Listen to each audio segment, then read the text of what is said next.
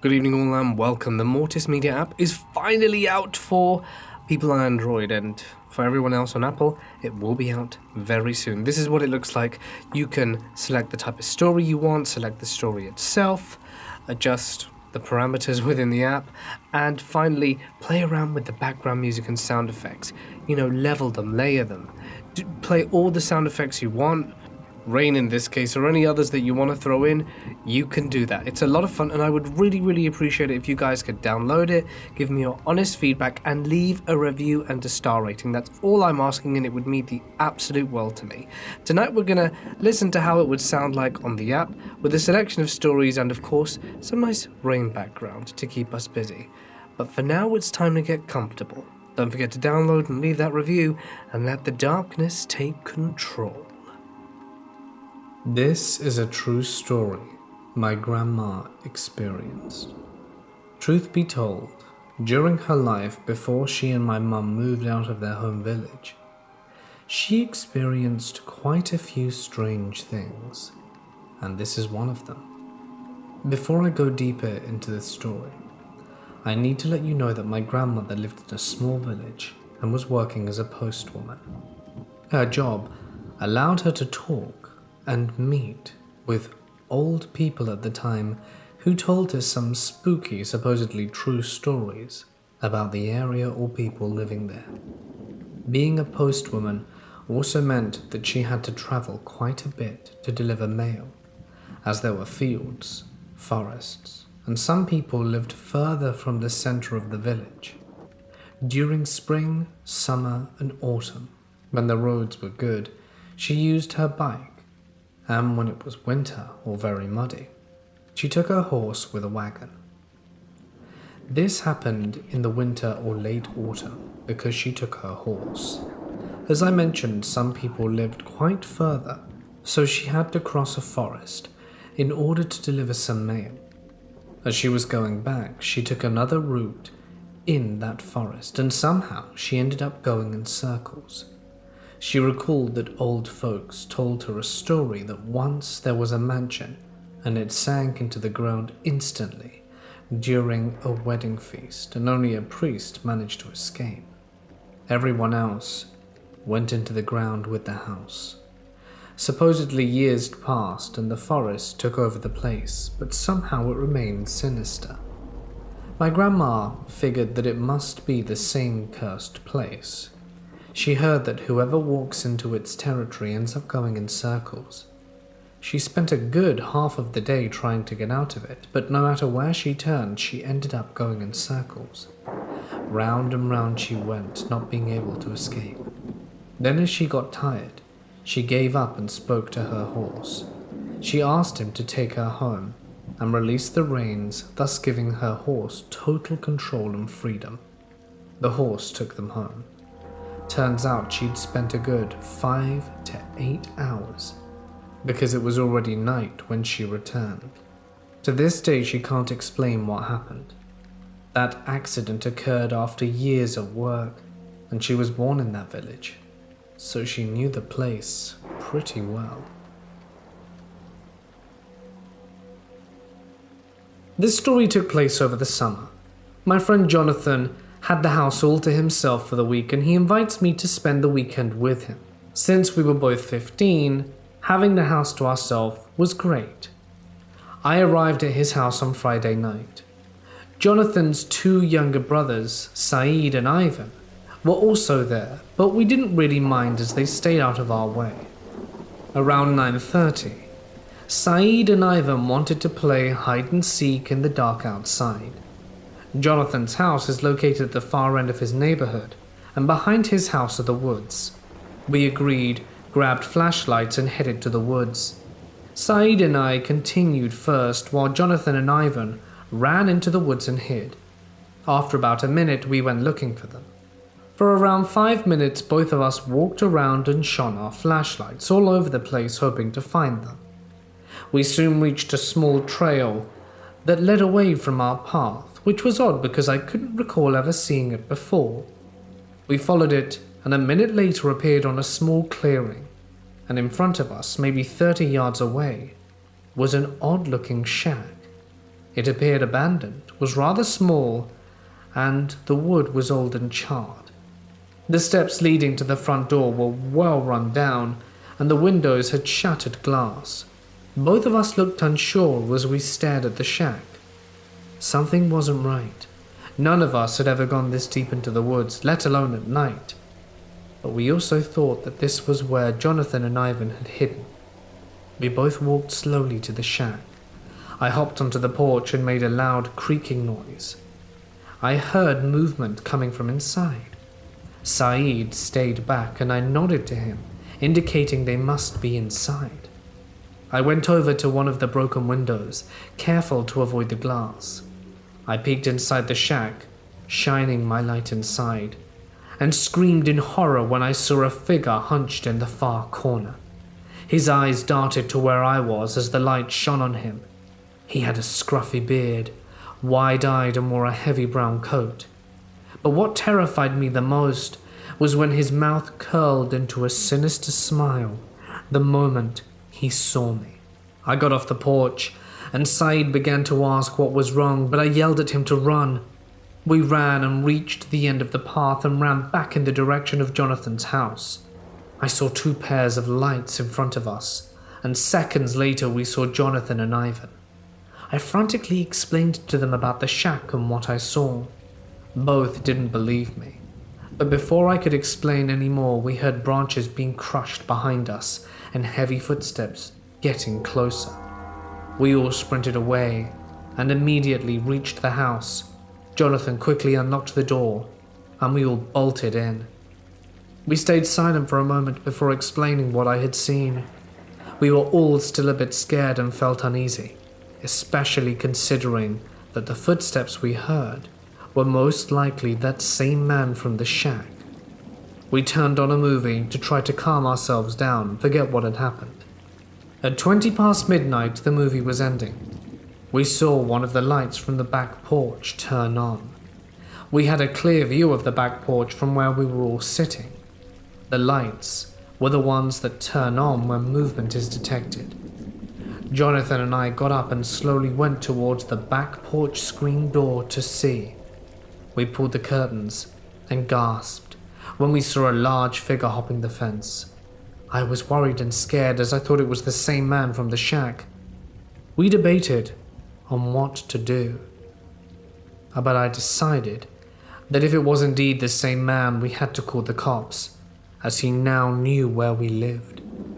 2 officers arrived at Jonathan's house, and we explained to them the whole situation about the shack and the man being in the backyard.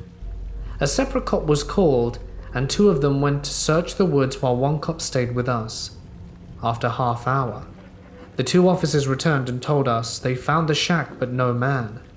However, they did find meth, a sleeping bag, a candle, and a hunting knife. The cops said the man was probably some homeless meth addict who had used the shack as a place to stay. To this day, I still wonder what the man was doing when he entered the backyard, and what he would have done if we had all gone to sleep and didn't notice the porch light turn on. Back in 2005, I was in a band that toured the country in a 15-passenger van with a trailer. We were on our way from Columbus, Ohio to Erie. The show had been cancelled in Ohio due to a power outage, so we decided to get on the road early, as we had a friend in Erie who was taking us in for the night. While on the I-80 about 25 minutes outside of Erie, I'll never forget this moment for the rest of my life. We were all pretty much alert and actively having a conversation. There were 8 of us in total in the van, when the driver and passenger both shouted simultaneously, "What the hell is that?" I'm getting goosebumps just thinking about it. I was sitting with my back against the window and I didn't see anything, but we heard a whooshing noise as if something flew over the van. My friend who was sitting next to me looked like he'd just seen a ghost. We wound up pulling over on the side of the road because everyone was freaking out, thinking we hit something, but nothing was found. Both the passenger and the driver said they saw a tall black figure lunge at the van from the shoulder of the left lane. My friend who was sitting next to me said the same thing. No, I don't think they're all playing a hoax on the unknowing members, because I know these guys, and they were scared out their minds. We arrived at our destination, and the house that we were staying at's power was also out. The next day, we inspected the van in daylight and noticed there were streak marks across the roof of the van. Our van was white and also very dirty due to touring the entire country. Still to this day, we don't know what we witnessed. We've done some search on it and similar reports have happened in and around the same area. I was reading the book The Mothman Prophecies around the time of the tour as well, and I'm quite convinced that we had an encounter with the unexplained. Growing up, I had a childhood friend that lived relatively close by, and we were like two peas in a pod. We both were adventurous, believed in the paranormal, enjoyed astronomy, and generally just being outside. She was born in Alaska, and her dad had lived there for quite a while, so they were always into camping, hiking, fishing, skiing, you name it. It was with my friend's family that I got introduced to fishing and did a lot of camping. This happened during the mid to late 90s, and we were about 11 years old. One camping trip, we went to this lake in the forest that was surrounded by a meadow, and feeding the lake was a small stream leading out of the woods. We played in the meadow and stream all day, while my friend's dad fished. The lake wasn't very big, and because it had a meadow wall around it, he could keep an eye on our whereabouts while he fished. While messing around by the stream, the wooded area it was coming from gave me weird vibes. I can't explain it. I just felt really uneasy. The day faded away into early evening, and it was time to leave and find a camping spot. My friend's dad packed up his fishing gear, and we all walked back to the truck on this long, winding path through the woods. Once in the truck, we drove into a more remote area of the forest and made our way up this steep road that was so rough and at such an incline that I was convinced that my friend's dad was going to break his truck. He had a 4, maybe 6-cylinder Toyota pickup that was about as basic as a truck could get. In fact, I'm not even sure if the truck had 4-wheel drive, being an Alaskan outdoorsman. With years of experience, I trusted him. We finally made it up to the top, which was flat and relatively open with a big area of forest in the opposite direction from the road we drove up. We pitched our tents, got everything set up. Then my friend and I decided to go explore the area. We were maybe 50 yards from the tent when we heard a big crack as a tree branch snapped in the woods behind us. We got quiet and looked in that direction, but did not see anything. Thinking it was just a deer, we brushed it off. As we were walking, we heard it again and whispered to one another about what it could be. It carried on going. It stopped briefly, and when we were about 200 yards from our camp, we sat on a boulder looking down the steep, wooded hill overlooking the dirt road from where we had come from. Suddenly, we heard another cracking branch from behind. Whatever it was seemed to be following us. Our imaginations were going wild. We came up with everything from serial killers stalking us in the woods, to deer, to Bigfoot. When we got back to the campsite, we told her dad what we had heard and how it seemed to be paralleling us. He kind of played it off as a black bear and secured all the food. Later on, my friend confided in me that my dad had gotten out his pistol and would be sleeping with it that night. My friend and I were sharing one tent, and he was in his own tent not too far from us, so we figured that everything will be okay. I awoke sometime in the middle of the night to hearing something or someone walking outside. As I laid still listening, I could hear it quietly circling the tent. It sounded like it was walking on two legs because it had a very distinctive rhythm in how it walked. Whatever it was sounded big, as I could hear its weight as it put each foot down and walked. I could even hear relatively quiet but deep, heavy breathing at times as I lay there listening. I could hear it wandering to the other parts of the campsite and then back to our tent, almost as if it were walking in a big repetitive loop. This went on for a long time. Terrified and unable to wake my friend, I lay there listening until eventually I fell back asleep. The next morning I told my friend and her dad about it, but I didn't know if they believed me or not. Interestingly, absolutely nothing in the camp was disturbed in any way. The ground was not very soft, and in some places was covered in grass, so there were no footprints either. This is something that I have never been able to explain, and to this day, it lingers in the back of my mind when camping. I always wonder what it was that walked around our tent all night. One time, me and two other friends from Miami went home to my home in Kansas to visit my grandmother because she wasn't doing well. She passed later that month, and one night me and my friend went out on a drive while my other friend stayed with my grandma to check on her every once in a while. Me and my friend had went to go out. I don't remember to get what exactly, probably milk. We'd taken a wrong turn. At this part it almost seemed like out of a movie. Our radios stopped working. It was about 10 p.m. and we were in the middle of a random dirt road in nowhere, Kansas. Me and my friend get out the car to see our surroundings because there wasn't service, and after about 5 minutes of being outside the car, we see a very large deer jumping around in the field to our right side. I get my buddy to look at the deer and he sees it. It was maybe 50 yards away from us, about half a football field. The deer has seen us too. It all goes silent.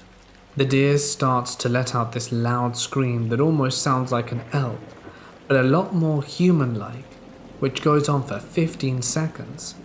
And in the middle of it, he starts to stand on his two legs and runs at us. We get back in the car so quickly and drive away as fast as we can. And I remember distinctly that sometime in the middle of our panic, our radio starts to come on and it's playing a ward tour by a tribe called Quest. It was one of my favorite songs, but now I can't listen to it without remembering that scene. We came straight home, and I pulled my friend to the side, and me and my other friend tell him the story of what had happened, and throughout the whole time, he thought we were lying. I think at some point he started to believe the story, but it was by far the creepiest thing I had ever seen. I just can't begin to describe how it was at least 9 foot tall and running like a human on two legs. Such a distinctive scream.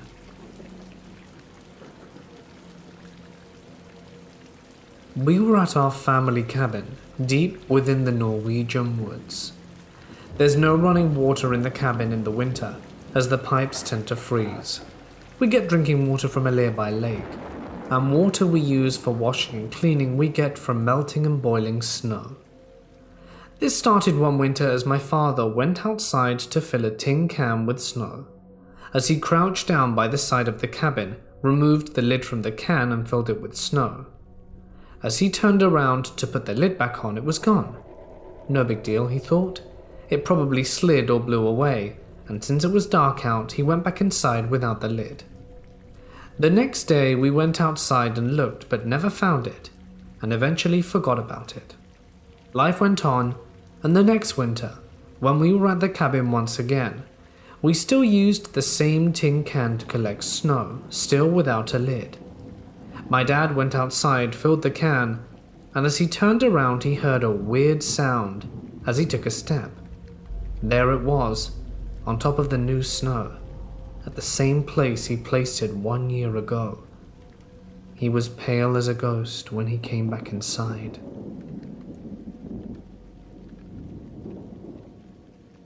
I live in a somewhat medium-sized town, with a mix of cities and backwoods areas nearby.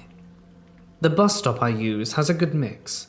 It has buildings nearby, while also having entry to the nearby surrounding woods. One morning I was waiting in the bus, when I realized it was late that morning. I got annoyed and decided since I was bored, I would go into this little walkway/trail that was nearby. Not all the way, just enough to where I could be secluded by the trees. After a while of checking my phone, I heard the bus stop. At the stop, a little way down from mine. I headed back to the stop, and when I got there, I got a fight or flight response that was very intense, like if a weapon had just been shot off. I turned around to see this crouching creature coming out of the secluded area. It was just pitch black. Arms about the size of half its body. Its head looked like an eraser. The most terrifying part of it was the creature's size. It was easily the size of a telephone or lamp pole. It towered over me and everything around it. Its hands were large and its fingers were thick and were about the size of half my arm. I don't know if I should run because I knew this thing would catch me in a matter of steps. Some time passed while it climbed out of the walkway and stood looking at me. Then the bus pulled up and opened its doors. I looked at the bus and back at the creature, but it was gone, just vanished. I looked at the bus driver and his face was normal, so I assumed he hadn't seen anything. I got on the bus and silently cried for a few minutes. I don't know if this is correlated or if just my brain, but that night I had a dream where the exact same thing happened, except the bus didn't show up, and as you can imagine, things didn't go all that well for me for the rest of the dream. My friends called it the Line Man, but I don't care about naming it. I've been back to the bus stop over the course of a week, and every time I was watching the trees in the walkway, but never saw it. I'm still scared of going back to that bus stop.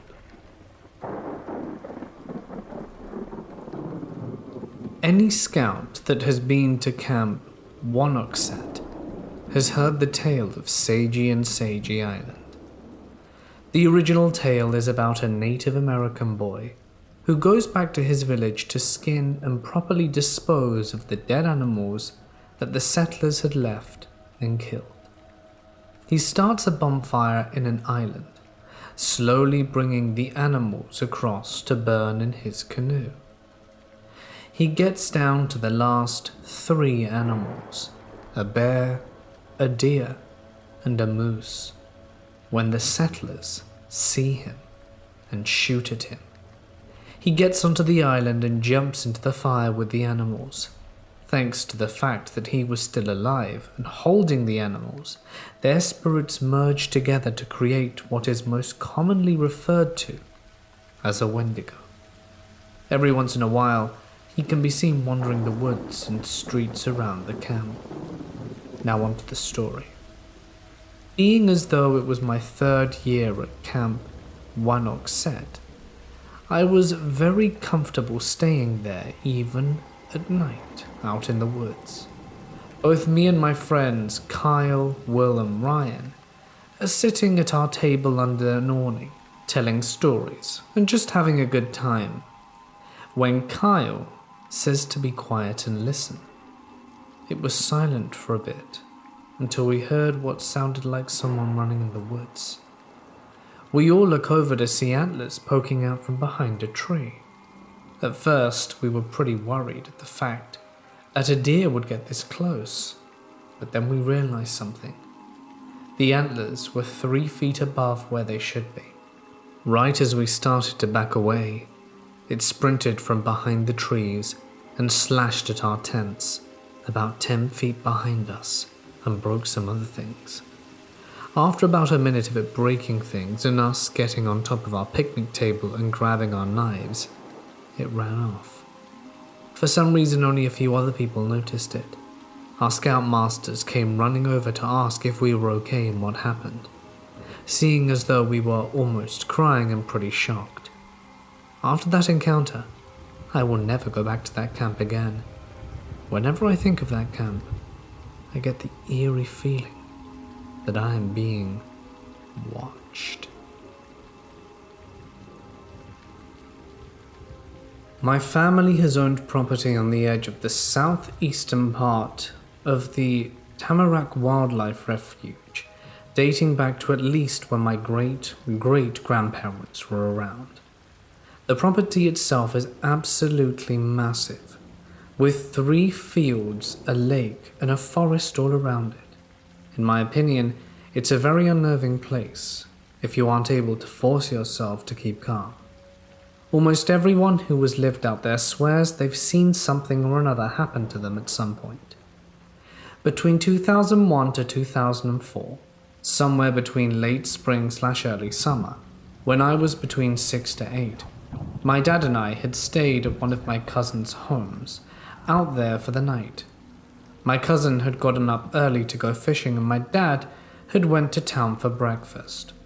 He had asked if I wanted to go, but I said no, as I wanted to play video games. After what felt like forever, I was starting to get anxious and began wondering where everyone was, as there were 6 different houses out there at the time, and I hadn't seen anyone walk up or down the driveway all day.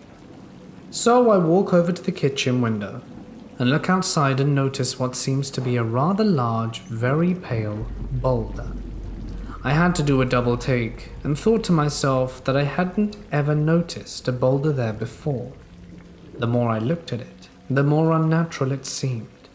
It looked like some humanoid hunched over on its legs, with its arms bent over its knees, kind of looking like T-Rex arms, but that's the only thing I can think of that it was similar to.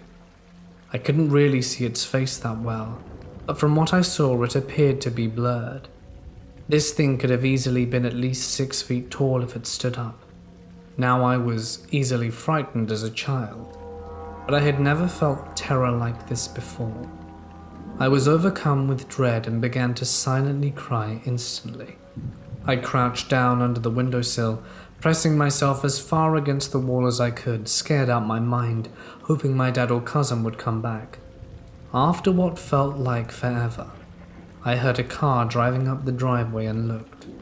My dad had returned. I bolted outside nearly in hysterics, telling him what I had seen. I pointed to where it was, but nothing was there. One of my cousins, different from the previously mentioned one, lived further down the driveway, was walking with her boyfriend while it was dark. She had decided to play a prank on him as he was easily startled, and ran further down the driveway into the woods to jump out at him. She sees him turn on his flashlight in the distance, and he starts to call her name out. She gets a little closer to observe him, and sees him start to walk into another part of the woods. "What the hell are you doing?" she asks. He turns around and was terrified and told her they need to leave now. She wanted to go see what he saw, but he insisted they go back to her house. Once there, he told her that he saw a pale creature with her face beckoning him into the woods. Present day. Earlier this week, the cousin I had mentioned in the previous paragraph went out to the driveway. She had moved in the 2-year gap with someone who was more sensitive to feeling an area, if that makes any sense. But they went out there and drove up and down the driveway, stopping at various spots, never getting out the car. They had stopped outside the house, and her friend began tensing up. Without prior knowledge of what I had seen before, she began to describe the same creature to my cousin. Naturally, they got the hell out of there for the night. They went back a day or so later, and it was just tense out there. They parked in front of my cousin's old house, and that's when it hit the fan. There was nothing but a feeling of malice coming from the woods to the left of them, and they both saw something big next to the car peering in. They don't know if they just psyched themselves out or what, but they left again. My cousin then told me about their experience, and me being driven to figure out what the hell this thing is that we've seen, asked to go back out there with them.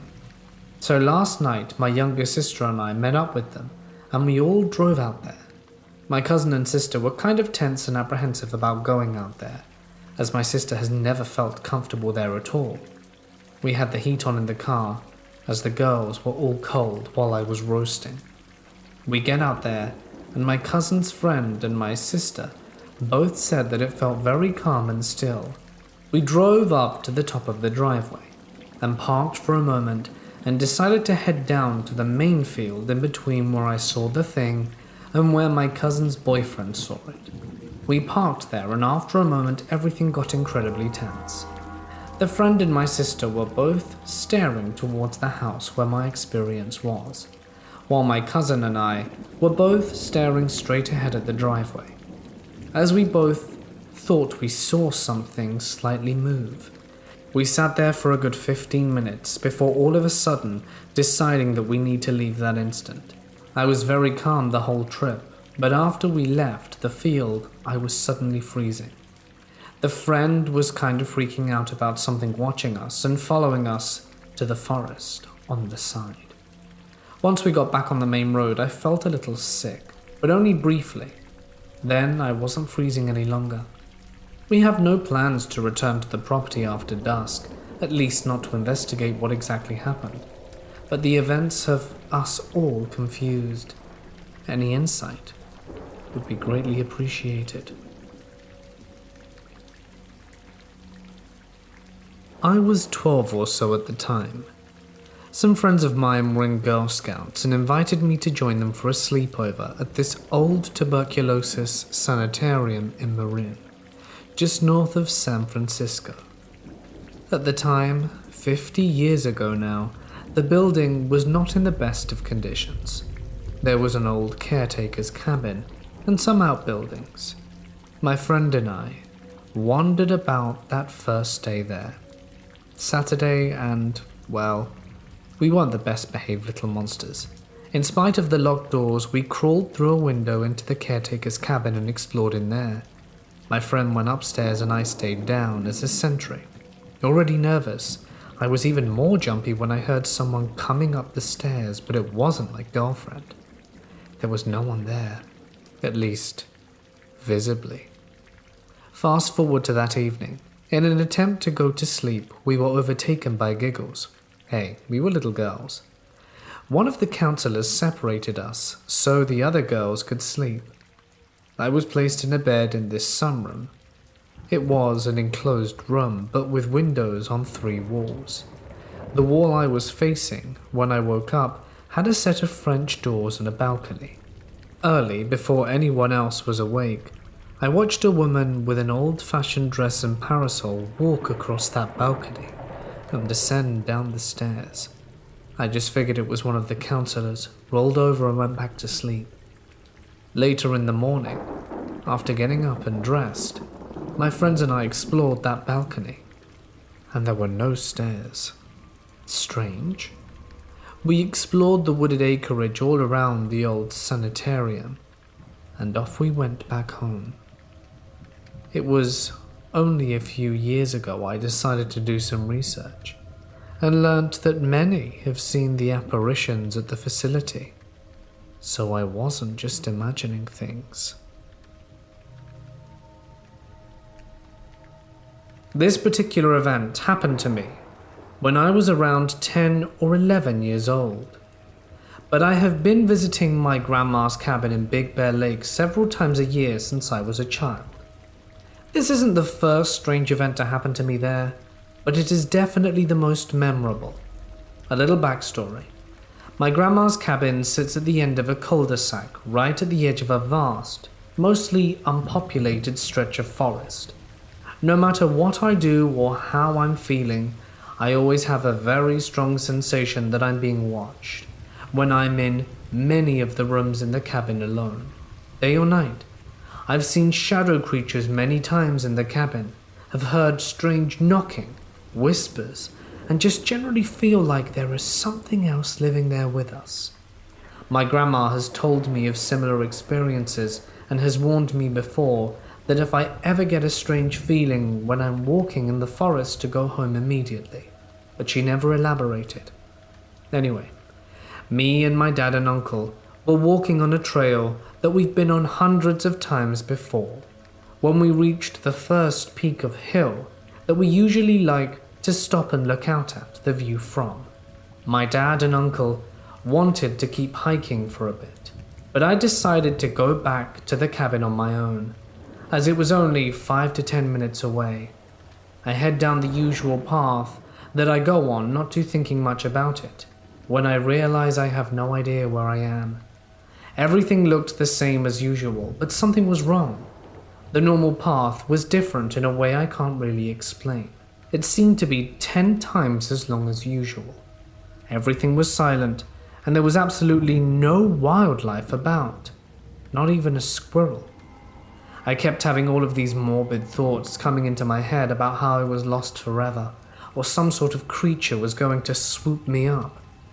Every 10 or so minutes, I ended up at a part of the trail that I definitely recognized, only to be in a completely alien area moments later.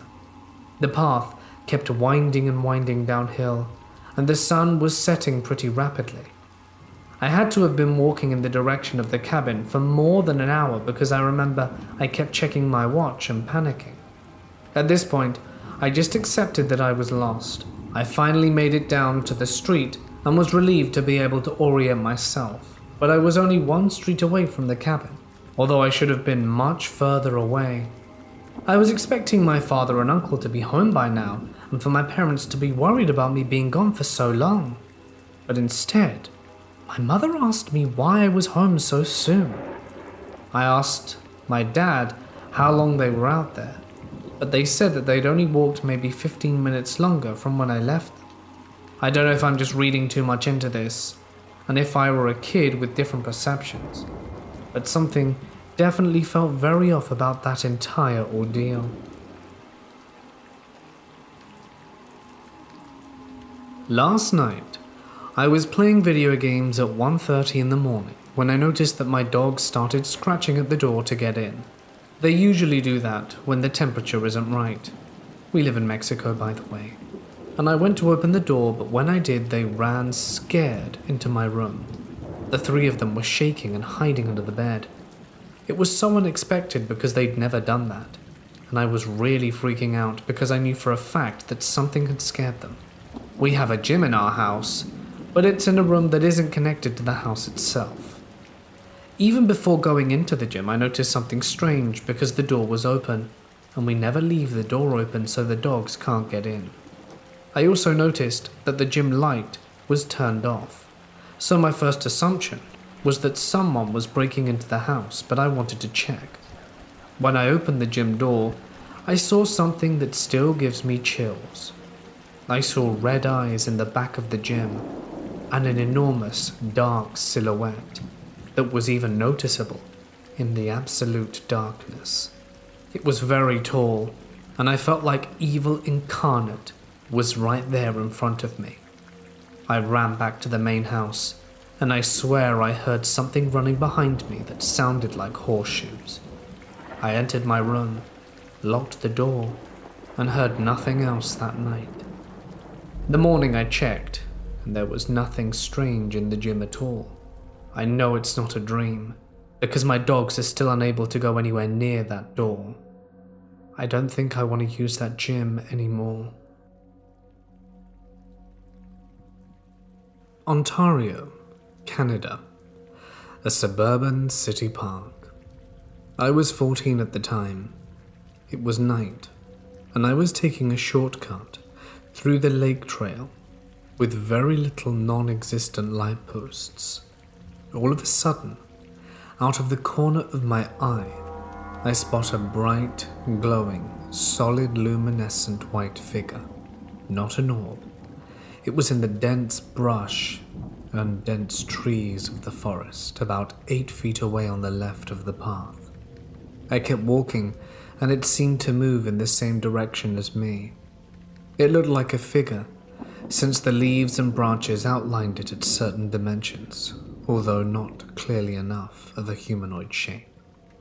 I was a curious kid and did not frighten easily, but what freaked me out initially was how soundless the figure was moving through the bush. I think I probably let out a shriek and backed away in fear when I fully comprehended the situation. The figure was gone as soon as I looked back in that direction, and to this day, I find myself wondering if it was a mental distortion, although I wasn't on any drugs or anything like that, or had never experienced any type of hallucinations. If it was a very silent human being wearing white, glowing clothing, which is very unlikely, it somehow managed to give off no sounds at all.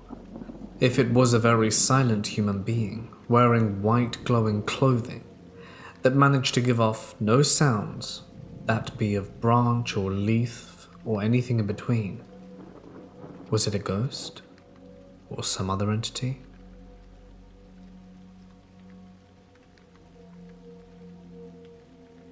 This happened a number of years ago. I was walking with my two nephews, Richard and Jay. We were doing our normal route through the forest when we walked past a tree and saw some strange scratches on it. The thing is, we walk around here a lot, and we'd never seen them before. They didn't appear to be human-made, or animal for that matter. We don't have any large animals where we live that could explain how they got there. We investigated a little bit and walked further. At least Richard and I walked further, while Jay stood next to the tree. We turned around and at that moment heard a scream, and Jay came running for his life towards us. There was a stick that had flown towards him that had been launched at his neck. We calmed him down, checked his neck and didn't see anything, and walked towards the fence towards the back of the forest. We looked at the terrain when we saw a terrifying entity. It was all black, about 2 meters in length. Its legs, its arms, its fingers were longer than usual, with these red glowing eyes. It was staring towards us. We were so scared we ran back to the beginning, went through the gate and just stood there for a few minutes. Jay said, "My neck stings." Richard and I checked his neck and saw something at the spot where he was struck. It looked like the number 7. We took a picture, and after that we spoke about what we saw. When we turned around, it was standing at the start of the forest, 20 meters between us. When the thing noticed that we had seen it, it vanished, running into the forest at inhuman speeds. We were so scared to go back in, and went back to our tents. Richard and Jay told their mum what happened, and she looked at Jay's neck. A scratch was still visible, but it was nearly gone. If anyone has ever experienced anything like this, I'd love to hear your story. Please, let me know.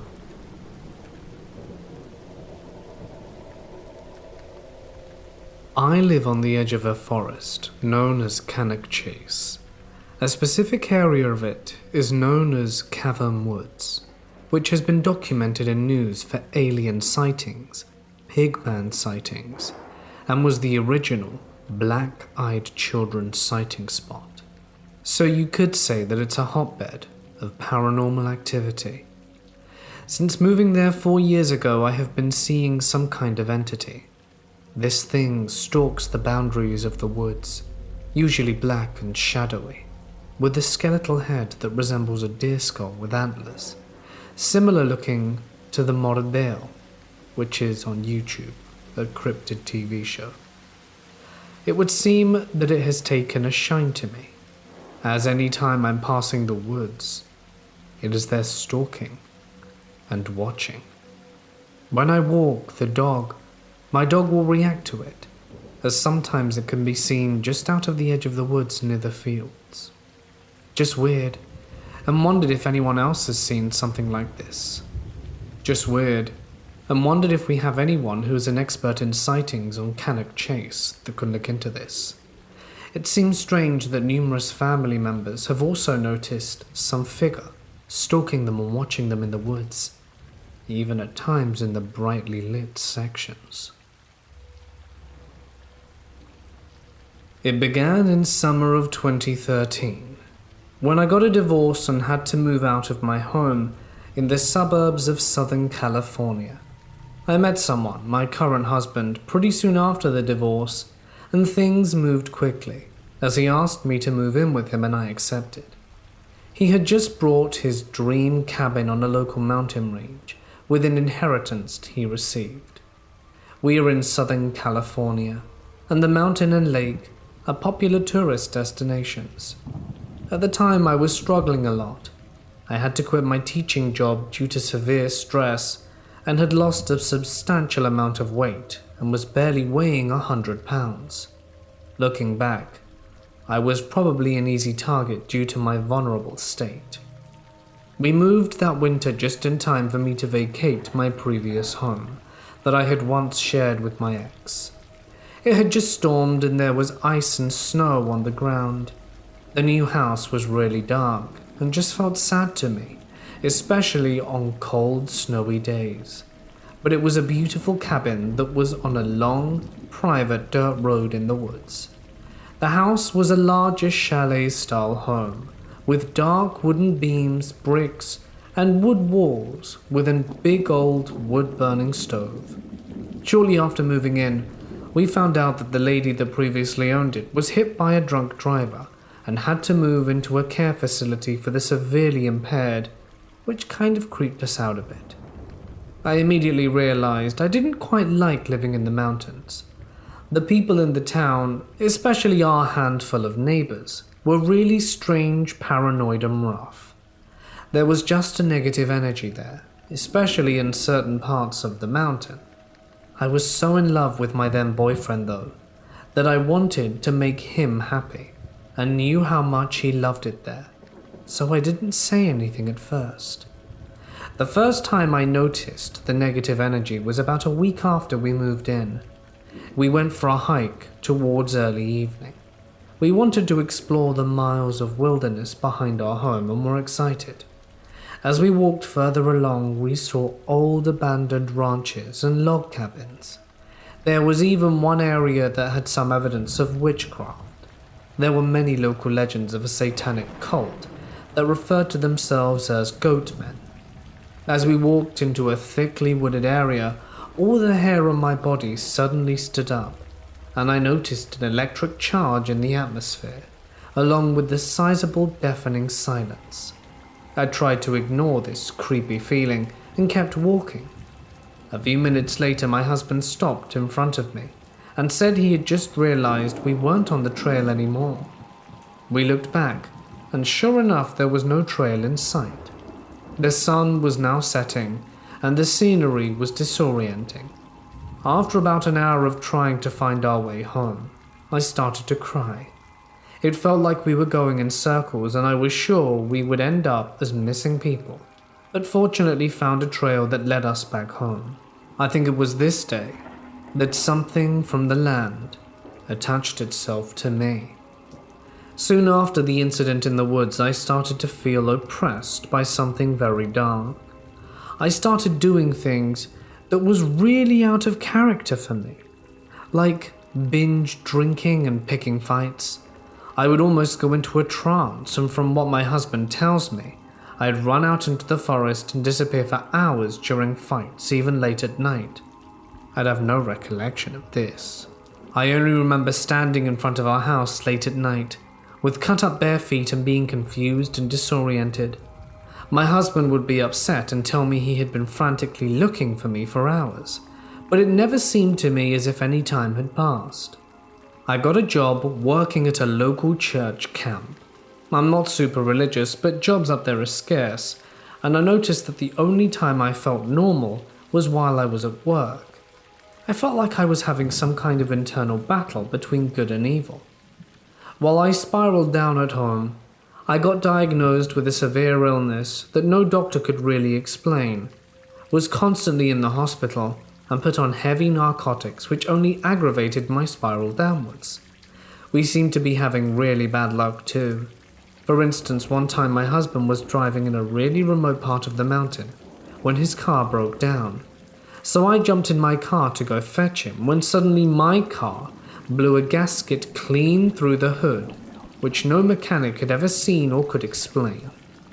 I had to hitchhike to where my husband was, and we had to tow both cars. My husband's car mechanically had nothing wrong with it at all, and it worked just fine after we towed it. Yet it would always break down periodically, and always in a remote part of town with no cell service, as we lived way off the beaten path deep in the woods. Something always seemed to go wrong. Just before things could go wrong, I'd get that creepy feeling with my hair, where it stood on end, and the feeling of electricity in the atmosphere. As things progressed one day after drinking and taking pills, I remember feeling pulled out into the forest.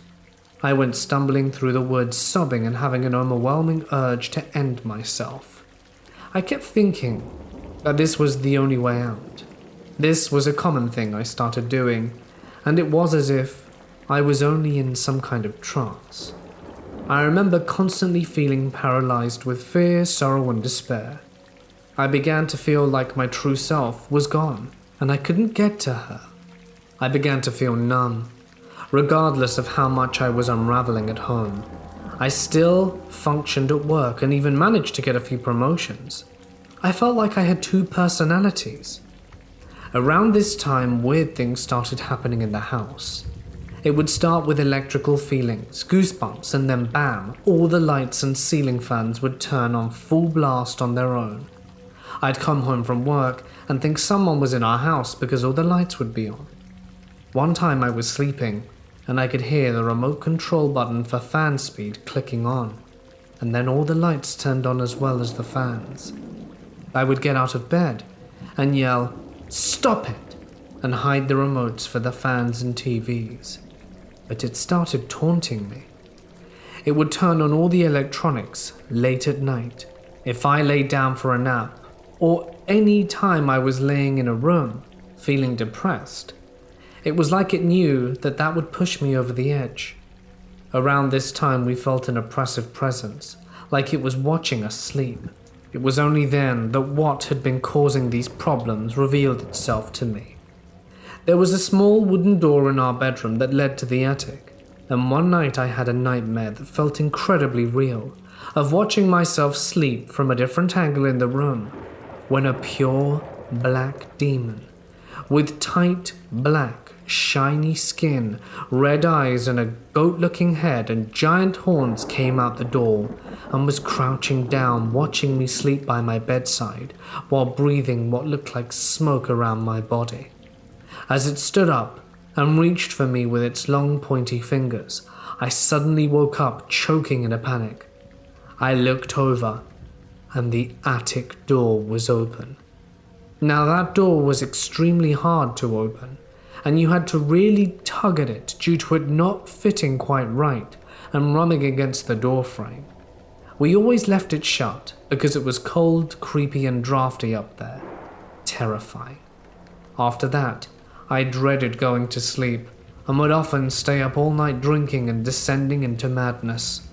No matter where I was, I always had the sensation of being watched, but I was too afraid to sleep, especially in our room. When all the electronics would turn on, when I'd get goosebumps, I knew the demon was near. It really scared me that I couldn't see it, but I knew what it looked like, and I could feel its presence. Things at work eventually got weird too, and I could barely function. I felt like I was hanging on by a thread. I was an emotional wreck, and in heavy counseling, heavy drinking, and pill popping. My relationship was on the rocks, and I had become a regular at the bar and liquor stores. I was completely out of control, and was beginning to get evil, intrusive thoughts. One night, I was in a rage and picked a fight with my husband. I don't remember it, but the next day when I was begging him for forgiveness, after he threatened to leave, he told me I didn't even look like myself, that my eyes and face looked dark and evil the previous night when we argued. Then he told me I had shoved and hit him, and my heart shattered to a million pieces. I'm not an angry or violent person at all normally. That broke me. I couldn't stop acting that way though, no matter how hard I tried. I hated myself. One night I got a friend from my hometown who also happens to have abilities. She told me the land there was bad, and that she wouldn't go up to visit me, and that I should consider moving home.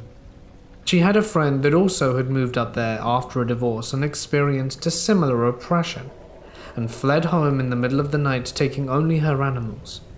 She had seen something that she refuses to talk about. It clicked right then. Whatever was up there was evil and affecting me deeply. I broke down and begged my husband to leave. He's the type to do anything for me, so we both started job hunting in the town we wanted to move to, and he listed the house for sale. The second I got hired, I threw some clothes and my dog in the car and never looked back. Luckily, our home sold pretty quickly because we priced it to sell ASAP. The dread lifted slowly, and I made my way down the mountain and back into the city, and I felt like I could breathe. I remember thinking how dark it always felt up there with all the trees. It felt suffocating. Within a month of moving away, I started to feel back to normal. At first, there was still some activity like the demonic dreams, and one time being awoken by something that felt like a pillow hitting me with a crazy force across the face. But after I had a cleansing done by a Reiki master, it mostly stopped, and I completely lost any desire to drink and switched medications to a non-narcotic. I've never been a drinker, and to this day I have, on average, 1 or 2 beers a year. My personality went back to my happy, loving self. The dark thoughts seemed like a bizarre memory. My marriage is solid, and we are like any boring couple.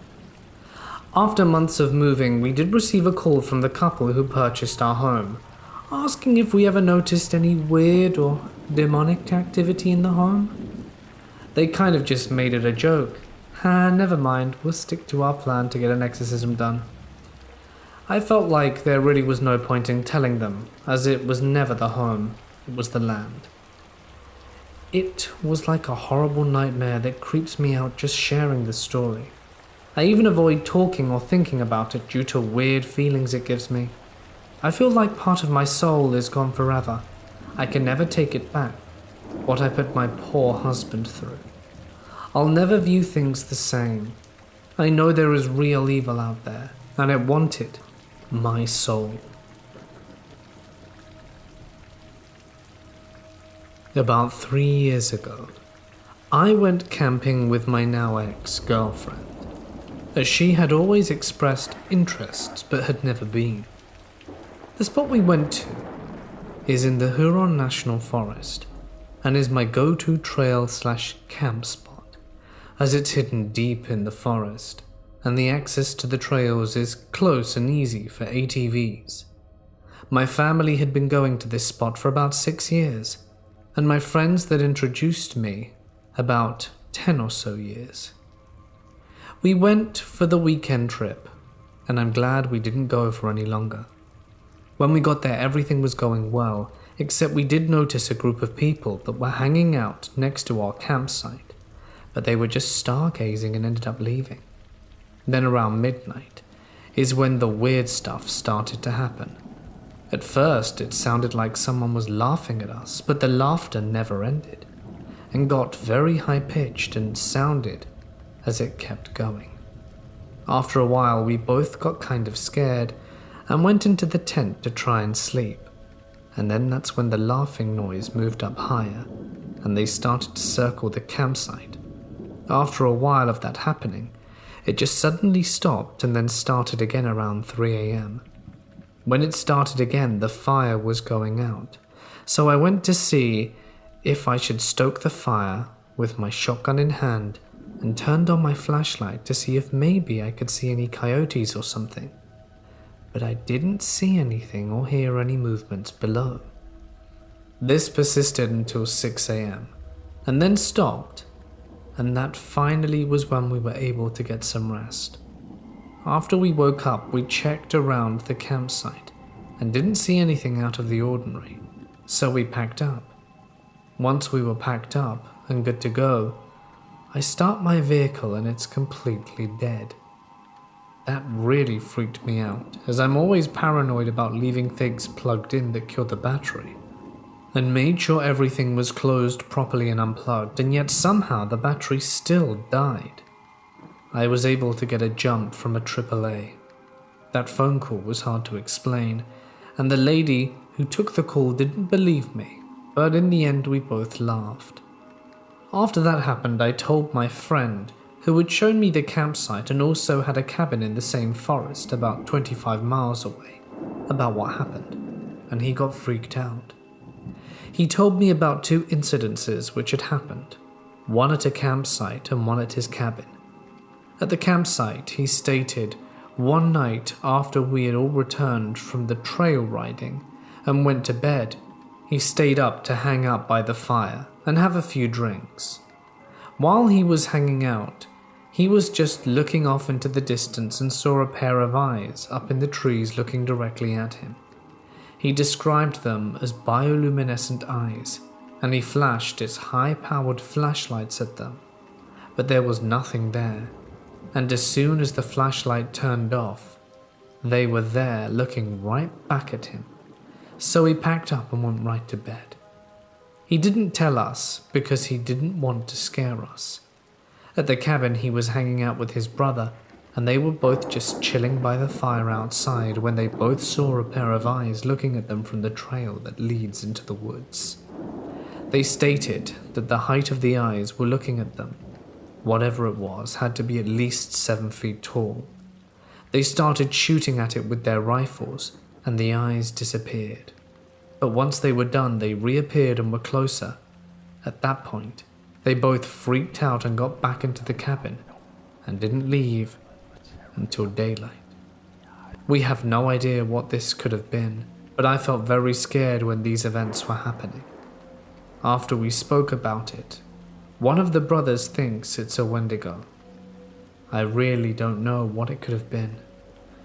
All I know is that I haven't been that scared since.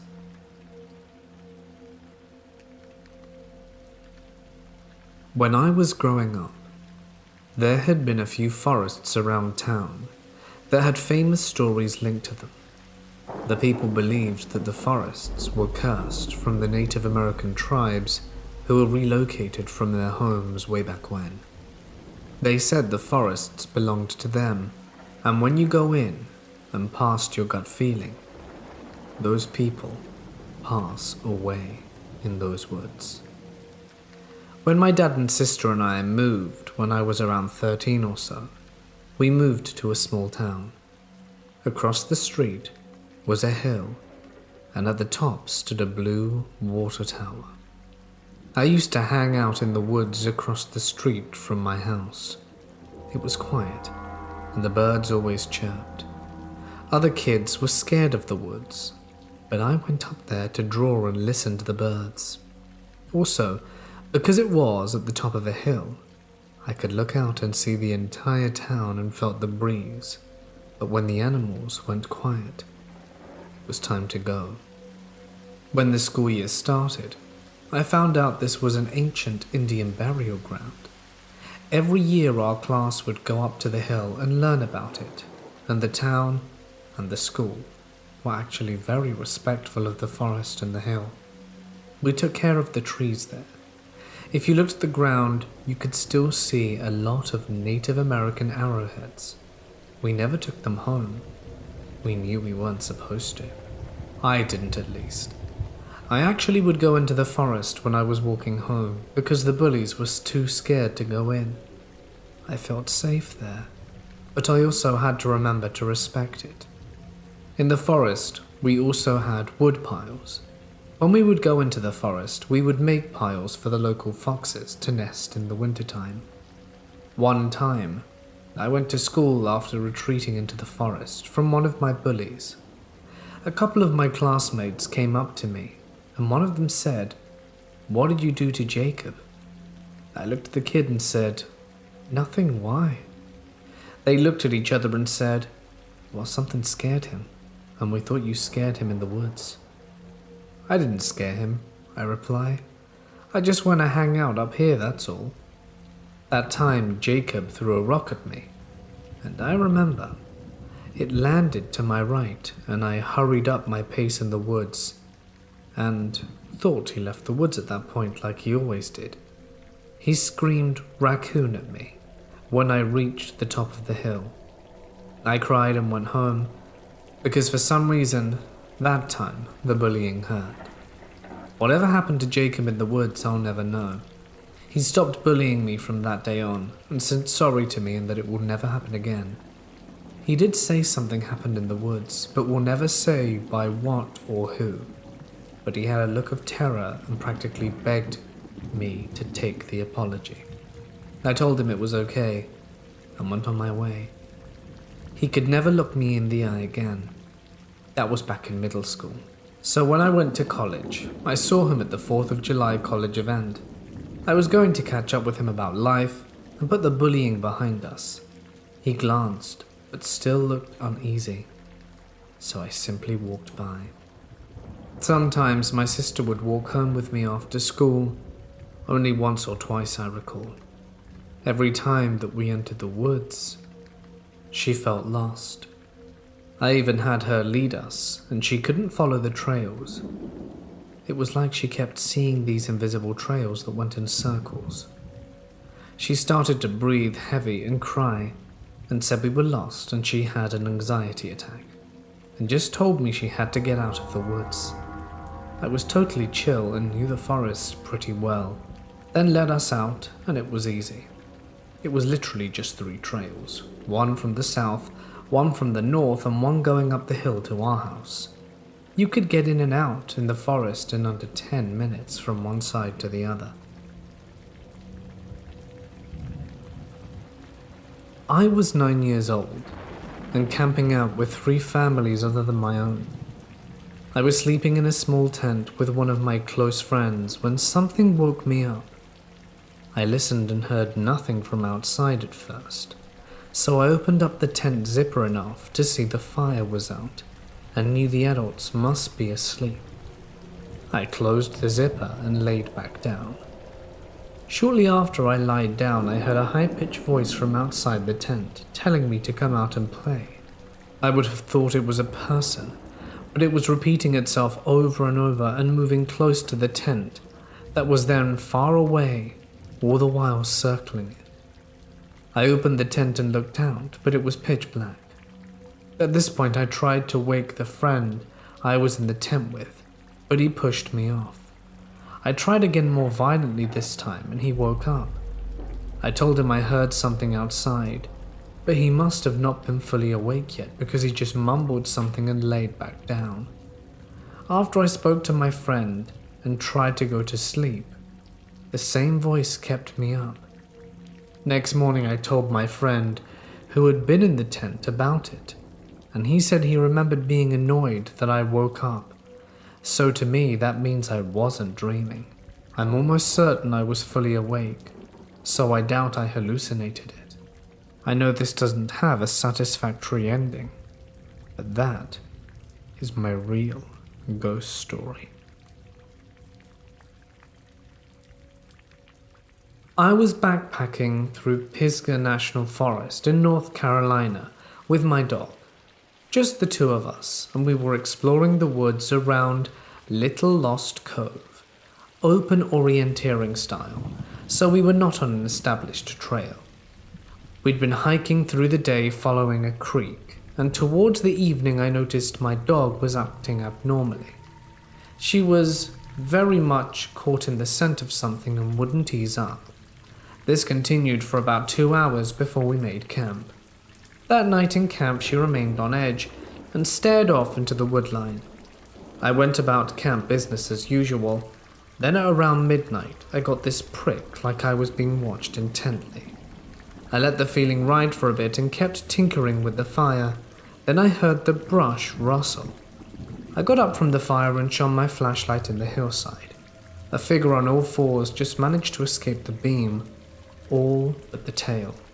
It was a tail I knew that was not supposed to still exist in the southern Appalachians. I cast my light across the hillside and this time caught its eyes. 2 glowing yellow orbs just watching and waiting. At that point I went into a fury, grabbed my tomahawk and charged up the hill after the beast, screaming curses all the while. The watcher ran off, but neither I or the dog slept that night. The following morning we left camp at first light and began hiking up the mountain to the ridgeline which would lead us out. Atop the ridgeline in the fresh mud were a series of tracks left by an animal that officially no longer exists in the eastern US. They were catamount tracks. They commonly go by cougars in the east, but we'd been stalked by mountain lions just the same. Those tracks ran across the ridge, revealing it had been watching us and stalking us throughout the previous day as we hiked through the creek bed below. They weren't bobcat trails, I know that. They were way too big, as were those eyes I saw. I truly believe that if my dog hadn't been there to give me red flags, I would have been mauled that night, and it remains one of my personal scariest experiences ever. This happened 2 years ago in June, in Poland, where me and my brother live. I got a call from my aunt if I could go and meet her where she works. I agreed, and after 30 minutes went to see her. She asked me if I could look at the place where she worked because she needed to leave and see her boyfriend, Daniel. I asked why, and she explained that just before she called me, Daniel had called her. He and 2 of his friends, Francis and John, were at a road trip not too far from where we live. They decided that they wanted to do a short trip and shoot some wind cheater guns for fun. They decided to drive to a point on the hill where a small old bunker is. The bunker is so small that only 2 people can enter, and it's only one room with windows fronting every direction. It's there because of the World War, and we live on the border of Germany. My aunt said that for now that's all she knows, and she needs to go to them, because somehow they can't leave, and that they were scared to their cause. I stayed at her place of work, which is a cigarette shop, and waited for her to return. They got back 10 minutes later, and as I said before, they were closer to our location. When they left the car, my aunt's boyfriend sat in the front of the shop with his friends, and they were pale from fear. And when I say pale, I mean their faces were basically white, and they weren't saying a word. I waited patiently for them to tell me what had happened. When they arrived at the spot, nothing was wrong. They went out of the car and started to prepare the air guns. They went onto the roof of the bunker, which was around 1.5 meters high, and started to shoot for fun. They were shooting the rocks, not people, because there was no one around. And as they'd finished, they started going down from the bunker, and it was in that moment that they noticed something very strange. Their car was standing there in plain sight around 10 meters from where they were shooting from. At first glance, nothing had changed, but then one of them noticed that there were bricks piled up from the ground up to the chassis of the car around every single wheel. It was like they had drove straight into the middle of some kind of wall. But let's not forget that it was an area close to an old bunker with an old dirt road, and there was 0% of possibility that they had not noticed it after leaving the car. All 3 of them had ran straight into the car and locked themselves in. Daniel was the one who was driving that day, and he started the car normally, but the vehicle just wouldn't move. Like these little walls around the wheel were strong enough to prevent them from driving away. They all started panicking at that point. John ran out the car and started kicking the bricks to set the car free. At some point he was certain that it was enough and that the walls were destroyed to the point that maybe they could leave now. He entered the car. Daniel tried again, but now the car wouldn't even start. The third guy called a friend from a city near to their location and asked if they could tow their car. He agreed, but after 10 to 15 minutes called them back. He was standing on the road down the hill and was seeing them. He called to ask for directions because somehow he couldn't find the way that led up to the hill. At some point he started screaming that something out in the woods was near them and was running straight for the car. Francis said that the guy was screaming like he was scared for his life. The only problem was that they were not seeing anything running at them. Nothing had left the woods, which they were all seeing from close up. At this point, they were all screaming and it was very hectic. The funny thing is that the guy who was supposed to be helping them just hung up and left them there. After a few minutes of straight up panic, they managed to stay quiet for a moment, just to try and hear if anything is walking nearby. And after a few seconds of silence, something knocked on the window of the car. The knock sounded like it was made by something metallic and large. It was the window on the right side of the car facing the forest. It was at that point Daniel called my aunt, and then she called me, and went to get them. Daniel was really scared while telling us what had happened, but it wasn't the strangest thing.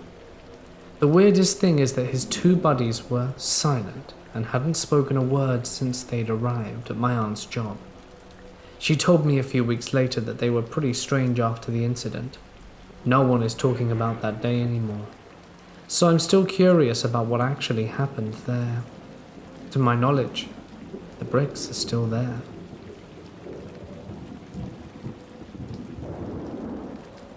Labor Day of 2015. My mother, my wife, and my 3 children and I went to a very remote cabin that we rented out. It was an old fire watchman station, or something of the sort. So it had the cabin and 3 other sheds/shops. I'll try to keep it short, but this is a bizarre story. We unpacked, settled into the cabin, and then decided to walk a few hundred yards down the river barefoot. We got down to the pebbled shore and were playing/throwing rocks when I realized there were about 1-foot snakes everywhere. My wife, Mum, and I yanked up the 3 kids and boogied off. After reaching a safe distance from them, I went back with a water bottle and caught one to see what it was. Turns out, we were in a nest of diamondback rattlesnakes. If one of these things latched onto one of my kids, they surely would not have survived. We were 3 hours away from any medical facility. We got back to the cabin, and my mum and I went for a hike/walk alone, while my wife calmed the kiddos and fed them lunch. Upon returning 15 minutes later, all 3 of my kids and wife were inside with the doors and windows closed, even though we had left everything open for the place to cool off. We went inside to hear all 4 of them start yelling about a bear that was 150 yards from the cabin, huffing and puffing at the wife and kids on the front porch, eating. It was down by the river another 30 or so yards from the hill, and he poked his head up over and over. A few hours go by, and in that time an ATV passed 3 times with 2 inbred-looking freaks upon it, and each time they stopped in front of the gate onto the property and stared at us in the cabin. Keep in mind we're 2 hours into the wilderness in Idaho, with no sight of a person the whole entire trip except for them. We decide it's bedtime for the kids, and it's pitch black out. Within 10 minutes, our son of 5 went from being perfectly fine to having a fever of 103, slightly foaming at the mouth and being completely unresponsive. It was at that point we decided to leave immediately and go seek medical attention. I opened the front door to the cabin and started loading the 2 cars by the light of the porch. And that's when all 3 of us heard about 4 to 6 large and heavy animals running all around the cabin and the property. There was one on the right side of the house that I could hear pacing back and forth and breathing heavily. I made everyone stay indoors and close the door every time, and I went to transfer stuff to the cars. I had a stick and a big pot that I was smacking as hard as I could, and each time was yelling out loudly and randomly. As soon as I'm done loading, I take each kid out individually and load them up between the two cars, then escort my mum out and wife. My wife and I were in the lead car, so we pulled up out of the gate, and for some stupid reason or another, I felt that I needed to close it. So I got out of my vehicle, walked behind it and my mum's car, and closed it. Now this gate was literally a log that slid from one post to the other. It offered zero protection or barrier between me and the animals out there. And right as I went to turn around, I heard a large padded foot walk up to me directly in front of me, then more than 10 feet away. Then I see eyes shimmering from the moonlight as the deepest, scariest growl I've ever heard in my life. I turn and run so fast I swear I must have jumped from where I was to the driver's seat up to the car some 30 feet behind me. And as I landed in the seat, I slammed into drive and spun out, finally leaving. About 15 minutes down the road, we were still panicking about our unresponsive son, and we both kept having this horrible, evil doom feeling like a shadow over us. I looked down and realized I still had that baby rattlesnake in the water bottle in my cup holder, so I grabbed it and threw it out the window immediately. Not even 2 minutes later, we heard our son softly crying. We realized he's responsive, and he stated something along the lines of, "Why are we leaving? What's going on?" He was sad because he was sad to leave. He couldn't remember the last hour or so at all. My mother was about 58 years old at the time, and has been a Jehovah's Witness my whole life, plus many more years beforehand, and she's the last person in the world that would believe in signs or evil or omens or whatever. The next day, my mum broke down extremely bad, sobbing her eyes out, hardly able to talk, and she confessed to my wife that the night before we left, she had a nightmare in which we went on a camping trip, came across snakes, a bear and a pack of wolves. She said she knew a lot of bad things happened at that outpost, and it was full of evil. Most of all, she said, one of your kids passed away. I swear on my life to this very day, if I ask her who passed and how it happened, she immediately starts crying and refuses to talk of it. She lives her life now with a guilt that she willingly ignored her nightmare and put us in this situation, nearly taking one of her dear grandkids away from the world. She doesn't deserve to feel like that. I know all of this sounds crazy, but a week later on the local news were reports of a wolf pack in that area. Wolves and bears may not coexist in harmony, but they do share territories and respect each other. This outpost station of sorts was about an hour and a half into the wilderness from Loman/Banks, Idaho, if you want to verify the animals actually exist around there. Sadly, I grew up in the mountains for most of my pre/early teen years, as did my wife until she was 10 years old, and even have a half sleeve of the wilderness/trees on my left arm. But with that said, we don't care to go to the mountains anymore. I live in Mexico. My city is very old. The majority of its inhabitants actually came from out of state or other towns nearby. Now the place is thriving. It is in fact the second largest city in the state, but it wasn't always this way. 50 years ago, from my mother's recollection, there weren't many houses there besides theirs, and they said that children at the time preferred not to go out at night because things were said to happen. When I was little, I remember that I woke up once in the middle of the night to pee, to an outhouse that was a short distance away. After doing what I needed to do, I shook my head and at that very moment saw a creature, like a big cat. It was dark, solitary, and it alarmed me, as I'd never seen something like that before or since. I got very scared.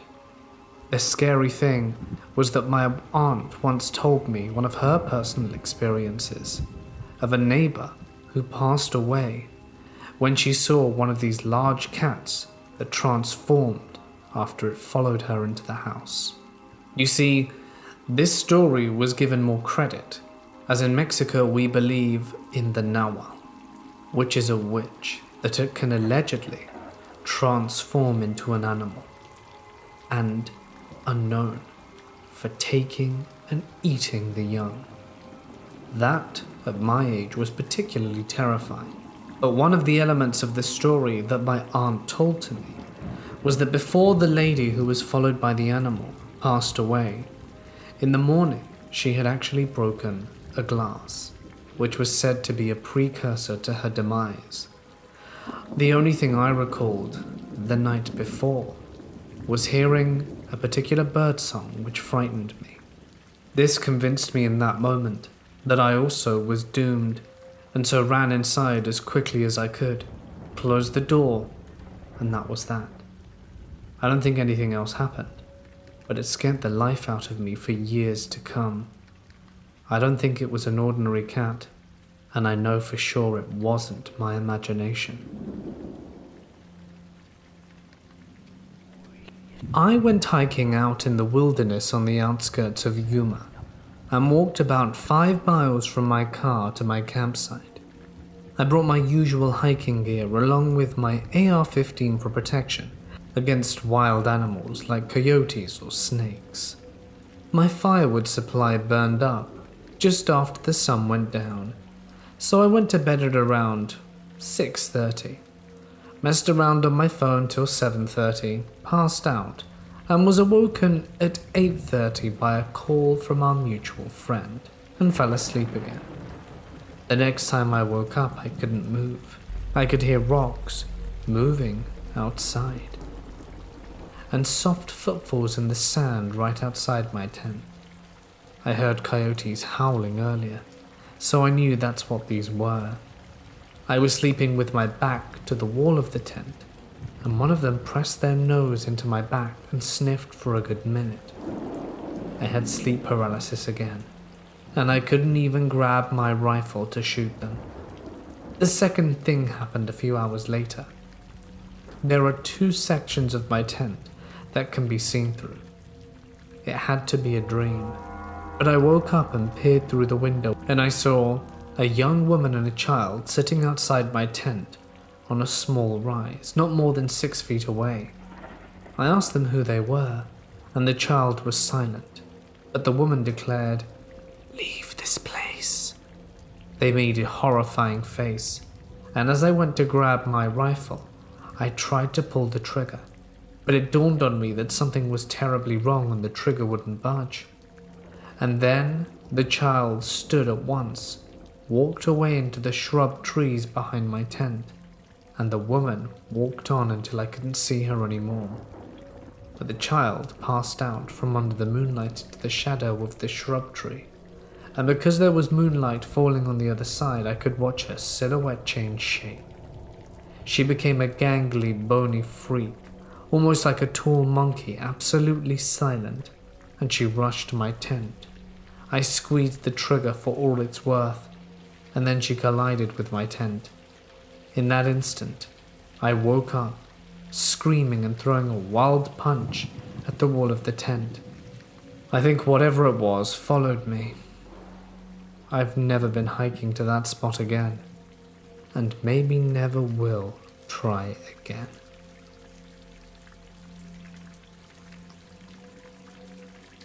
The Hoia Baciu forest is probably the most famous place in Romania, and certainly the most famous forest in this country. The place became known all around the world since 1968. Even if the locals have known it's a bad place and have been avoiding it for much longer than that. The locals noticed that once they entered the forest, something strange and unusual happened to every single one of them. Even from the first steps in, you could experience nausea, anxiety, vomiting, severe headaches, and even skin burns. People believe it to be under a very powerful curse, and even a place where the devil wanders free. Drawn by the stories about the forest, Alexander Sift, a biologist, started researching the strange occurrences in the 1950s. He reported feeling constantly accompanied and watched by some presences that he called shadows. These shadows would sometimes take the shape of a couple, who would disappear into thin air as soon as they caught sight of him. He somehow managed to catch the man on camera, right after the woman had vanished, just as the man was disappearing himself. The photograph depicts the peculiar being with a stub for an arm, with parts of its body becoming translucent, a phenomenon referred to as dematerialization. Sadly, there are not many pieces of evidence, as the better part of the scholar's collection was stolen and destroyed shortly after he passed away. Psychology professor Adrian Patrat had become one of the most notable continuators of Sift's endeavors. His repertoire included images of immaterial shapes, beams of light, spherical objects, none of which can be logically accounted for. However, it is said that whatever events may occur are influenced by the person who enters the forest. So if you are a skeptic, you are likely to get out of there unscathed. August 18th, 1968. The military technician Emile Barnier, 45 years old at the moment, ignored the locals' warnings, then could be found in the forest trying to spend a weekend away from the stress of the city. He was there with his girlfriend and 2 other friends. Around 1 p.m., while looking for firewood, he heard his name being called by his friends. Back in the meadow with his friends, he saw something that looked like a UFO above the forest. Without making any noise, the object started to shine and move in the air. The photos he took were later classified as the clearest images of a UFO taken in Romania, and one of the best taken around the world. Once you get inside the forest, you have the constant feeling that you're being watched, like you're in a place you don't certainly fit in, like all the unseen creatures are watching you, like someone who enters their world. Every person who entered the forest reported these weird feelings. The forest is mostly known for the weird apparitions. Intangible structures or materials of various shapes can be seen, at night and day. Most of them are impossible to be seen by the human eye, but can be caught on camera. There are also magnetic anomalies, electromagnetic field fluctuations, infrasound emissions, and some other phenomenon are just weird traces that seem to appear on the ground, be it dirt, grass, or snow just under the eye of people. Even the plants were affected, showing signs of dehydrations, burn, necrosis of the stem and leaves in certain areas, and the most typical appearances are those that loom in the sky above it. Suddenly, geometric figures appear in the sky, in flight, in the form of pyramids, spheres, cylinders, cubes, and cones. These geometric shapes have been photographed and filmed hundreds of times. The most peculiar are those in the forms of UFOs and pre-UFOs or quasi-UFOs. The forest is also famous for the fact that within its borders, UFOs invisible to the human eye but which can be photographed are more numerous than UFOs visible to the human eye. It's the only place on Earth with this characteristic. People are mostly frightened by the human appearances, such as humanoid heads hidden in the forest. Many tourists freak out when after developing the photos they realized they weren't all alone, because there were hundreds of hidden faces in the background. Sometimes there have been photos of figures of deceased people. And in 1993, the researcher Adrian Patrat identified in the Baciu forest a special area which he called Socially Active Point 3. The area in question seems to be the center of maximum activity for paranormal phenomena. Some other interesting facts he claimed to be true are the following. The phenomena in the Hoia Baciu forest are generally discrete but continuous over time. The forest itself offers more data to researchers than the lovers of spiritualism. The phenomena are clearly obvious, being disputed even by the most skeptical scientists. It seems there is a common connection between the presence in the forest between people with a medium capacity and the appearance of a mysterious phenomenon. The frequency of the paranormal phenomena is fluctuating. The causes of fluctuations haven't been discovered. There are many other places worldwide where there have been reported similar phenomena, but Hoia Baciu Forest is considered by all great parapsychologists as the most important area of manifestation of parapsychological phenomena on the entire planet. Some people also call this the Bermuda Triangle of Romania. Its name comes from a shepherd that claimed he lost his flock of 200 sheep in the forest. There were also those who tried to open the gate to another dimension within its trees. If you want to visit the forest, my advice is to stick to the said trails and respect the environment. I was fortunate enough to talk to a local once. It seemed to seek him to that day, and he mentioned seeing and feeling things that were beyond his powers of understanding.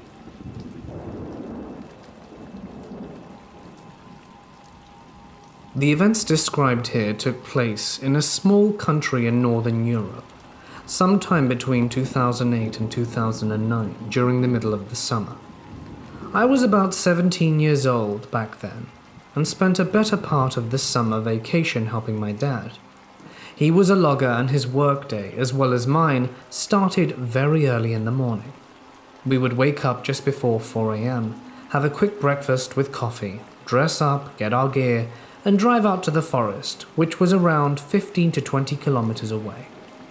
My family lived in a rather small town surrounded by crop fields and forestry, near the country's border, and the aforementioned trip meant you would get far enough from civilization. Poor, often disappearing cell signal, old overgrown roads, and absolutely no one who lives there. No one for you to meet on your way to the felling. That's what they call a territory where loggers cut trees. To get to it, we need to park our 4x4 truck on the side of a narrow road, walk 2 kilometers through thick overgrowth, and then climb down a steep hill. The route to this particular felling did stand out though. On our way there, we would pass an old, long-abandoned house that got my attention the first time I made this trip with my father. Judging by the appearance of the house, it was built at least 80 years ago, definitely before Soviet occupation, which meant that it could have been nationalized with the original owners possibly being deported after 1940. All of the windows were gone, as well as the window frames. The roof was also gone, but you could still make out the individual rooms because the walls and the floor of this house were still somewhat structurally sound. You could also make out a yard that was hidden beneath the overgrowth. On one of our trips, I noticed some posters and magazines lying on the floor in one of the rooms. It was from around the 80s, so I figured that was the last time someone had lived there. It was quite unsettling to find this abandoned property in the middle of nowhere, but it was only after our 4th or 5th trip that I realized its probable importance. We got to felling, worked for about 3 hours, and decided to take lunch. It was a clear, sunny morning with no one around. Me and my dad sat on one of the bigger trees that we cut down previously and proceeded to chow down on our sandwiches, taking occasional sips of coffee. Then it began. Suddenly, we both heard a dog barking somewhere in the distance. This was already weird, since we never heard anything other than the ambience of the forest the previous days here. What made this even stranger was the fact that the barking noise was coming from within the forest, the part we had yet to chop down and saw our way into.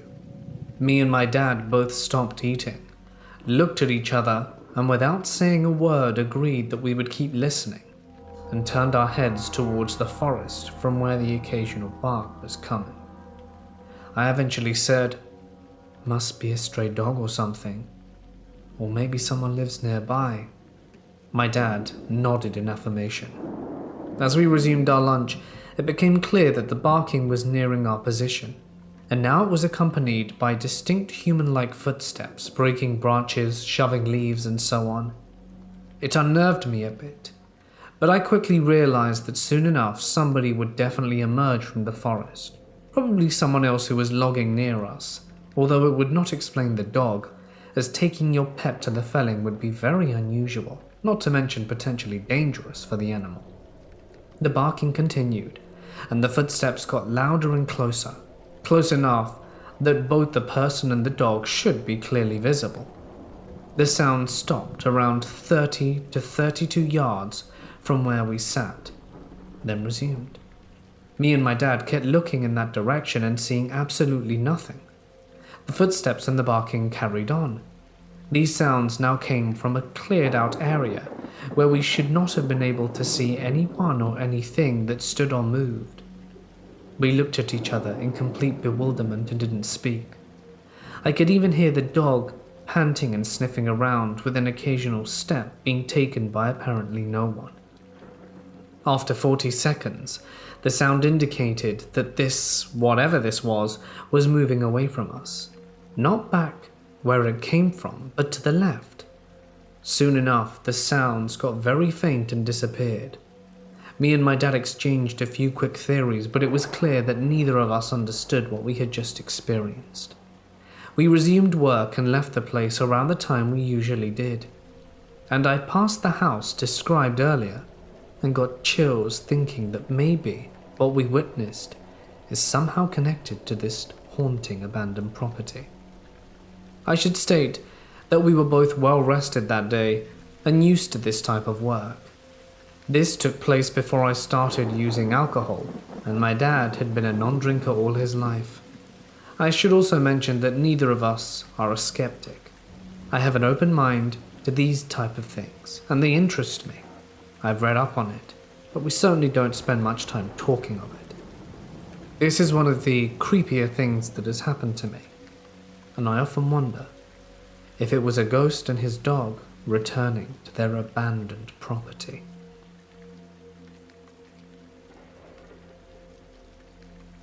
This took place a few years ago with my best friend. We decided to go camping in Flagstaff, a place called Lockett Meadow. We'd taken our dogs, and after a day of hiking and exploration, we played around a fire and eventually went to sleep. I woke up in the middle of the night to find this deep figure outside our tent, burying itself into our tent. It had a weird way of hovering back and forth over my body, and my dog, who had curled up awake and was not moving or making a sound, at the bottom of my feet. I looked over and see my best friend passing out, and his dog, which I'm sure if it was awake, but clearly I'm the only one between my friend and I'm expecting this terrifying encounter. I eventually covered my head and thought about anything to make me fall asleep. The next day I asked my friend if he had somehow been awake throughout it all, and he said no and thought I was lying. I told him maybe it was a bear, so we looked around our campsite and couldn't find anything, no trails, no prints, nothing. We also had our food out on a table near our tents, and a trash bag hung up on a broken branch, so even if it was a bear, I'm surprised it didn't get any of our stuff. Either way, I remember how scared I was seeing this dark, weird object observing our tent. Could have been the wind, a deer, a bear, who knows? But this is just one encounter of the whole camping trip. The next night, we decide to camp at Beaver Creek. Mind you, we're in Arizona, if you wish to know. However, before we were settled in, we explored Sedona, and we drove to Oak Creek and parked our car near a trail down to the water. We took our dogs and hiked the creek. After we finished jumping in and swimming and drying off, we were about to head out, and the next thing you know, we see from the corner of our eye a big rock being thrown near us, making a big splash in the water.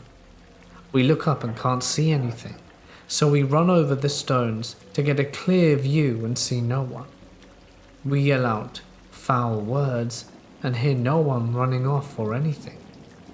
When we got to our next campsite, at Beaver Creek, and set up, my friend told me throughout the trip since we started in Flagstaff, he'd had rocks being thrown at him, up until that large rock at Oak Creek. We looked at each other and thought maybe someone was following and messing with us. We sort of laughed it off and said that it was impossible, and that we were going to try and connect the dots. Well, I'm glad nothing else happened. And the next day we packed up and went home, with nothing but a memory to be justified.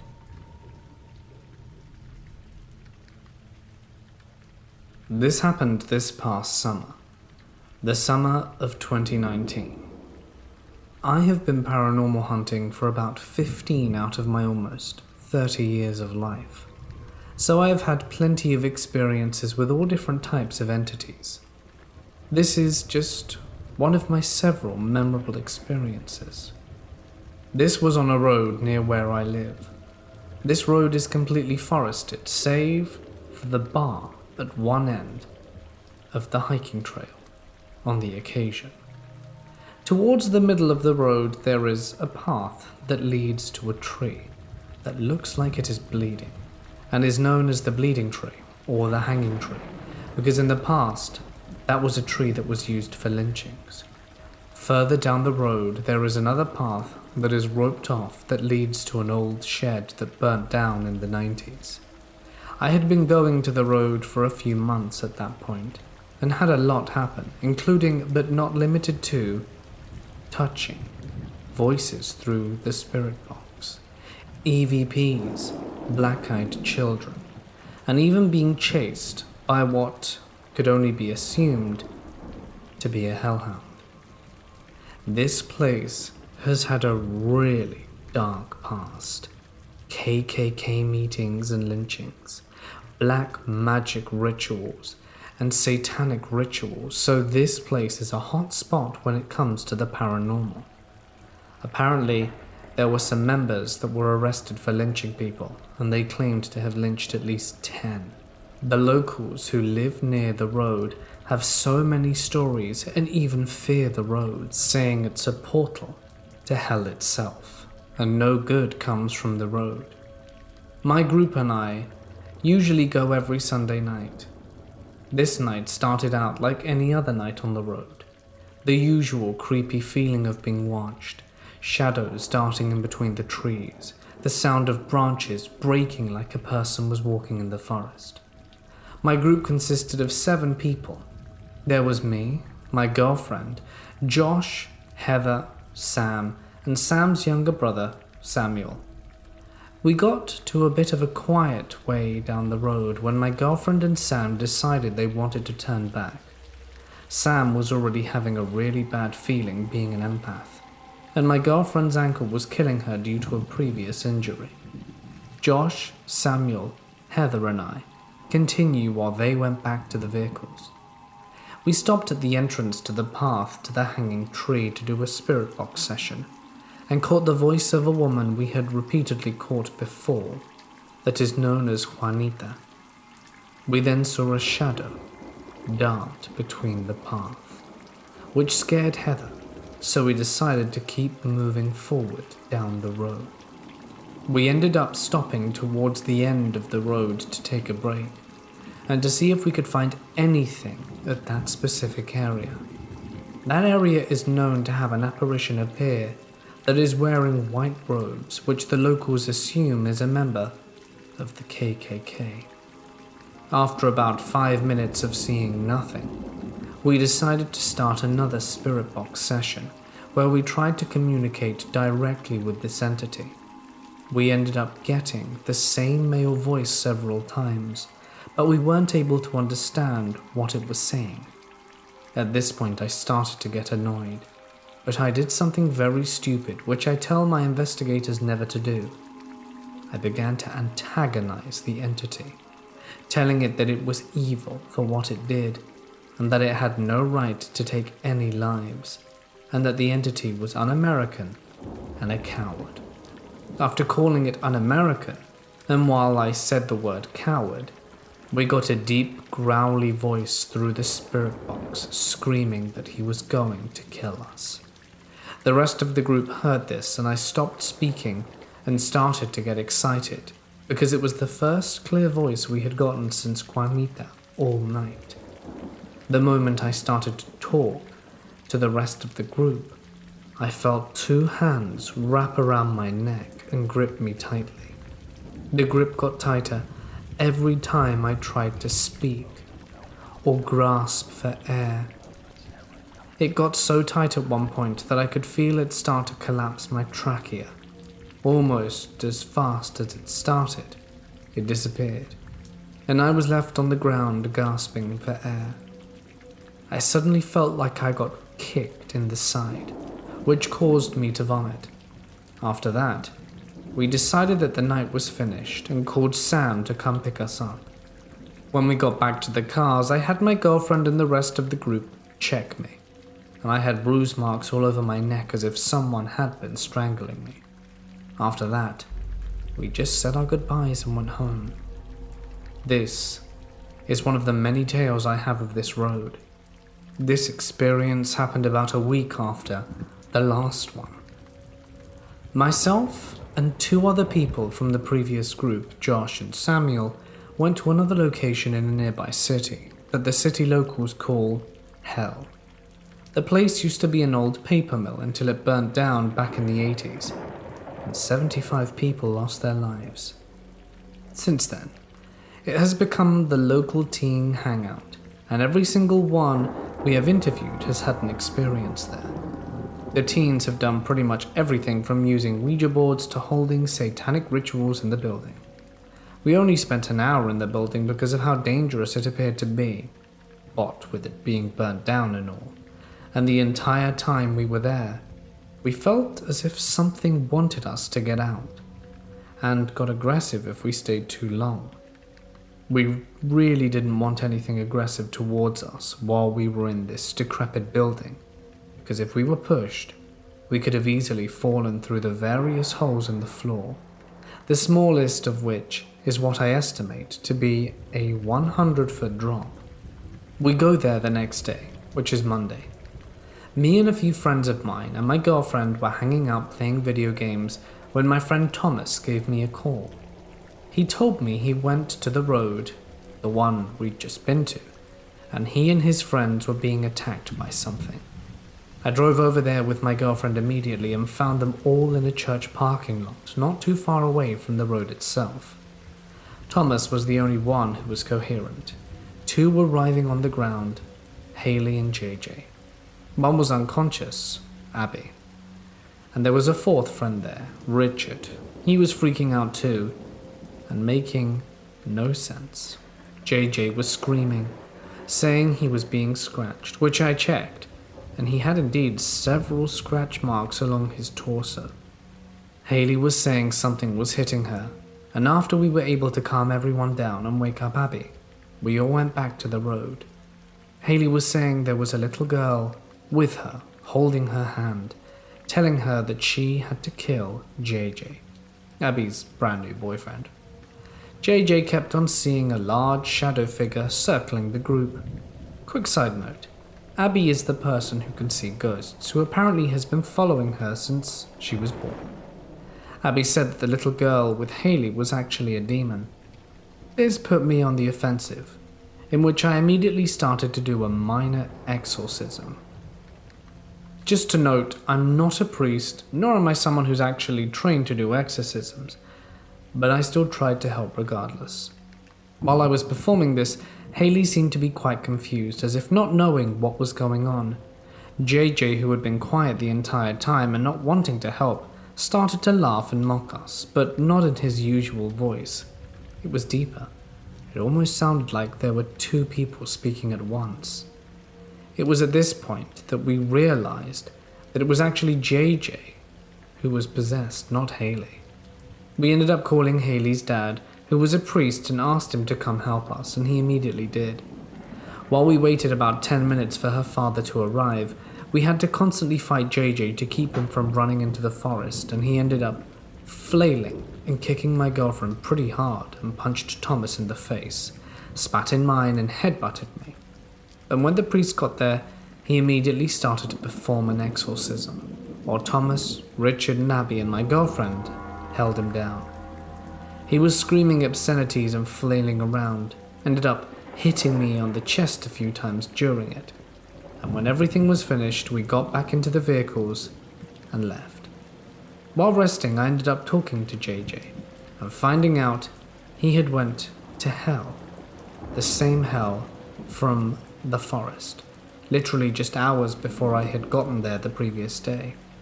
I gave him some advice to go to church often to keep himself safe and to make sure he was safe and that everything was gone. I gave him my number in case anything else happens and told him he needed to stay away from places like hell and this road due to his private past. After that, we all went our separate ways. I kept up with JJ for a few weeks and he seemed to be doing fine, but then I lost contact with him. I hope he's still okay and followed my advice. Let me start off by saying that this happened 4 years ago, when I was 15 on a muzzleloader mule deer hunt in the far northeastern part of Utah, which contains some of the most remote and beautiful places in the state. I've been frequently out in this area, spreading in Summit County, that cuts in and out of lower Wyoming since before I can remember, including lots of hiking, backpacking, camping, hunting, and being involved in some of my grandfather's work. I am skeptical of things not proven by methods of science, but I don't deny all of those things. I find it's impossible for science to know of all that is out there in our vast world. My grandfather is a recently retired biologist and former conservation officer for the state, and was a regional specialist of wildlife and habitat management for many years. He's done everything from habitat management programs, controlled fires to benefit areas, to quite literally wrangling moose to be transplanted, and darting black bears. He's seen mountain lions, bears, birds of all kinds, small mammals, ruminants, plants, and natural phenomena for the majority of his life, and he understands so much that many people, including myself, will never be able to even begin to imagine. He's scientific, honest, straightforward, level-headed. He's agnostic and not superstitious, and often used to, lovingly and respectfully, tease a certain co-worker who thinks Bigfoot, skinwalkers, and other beings exist.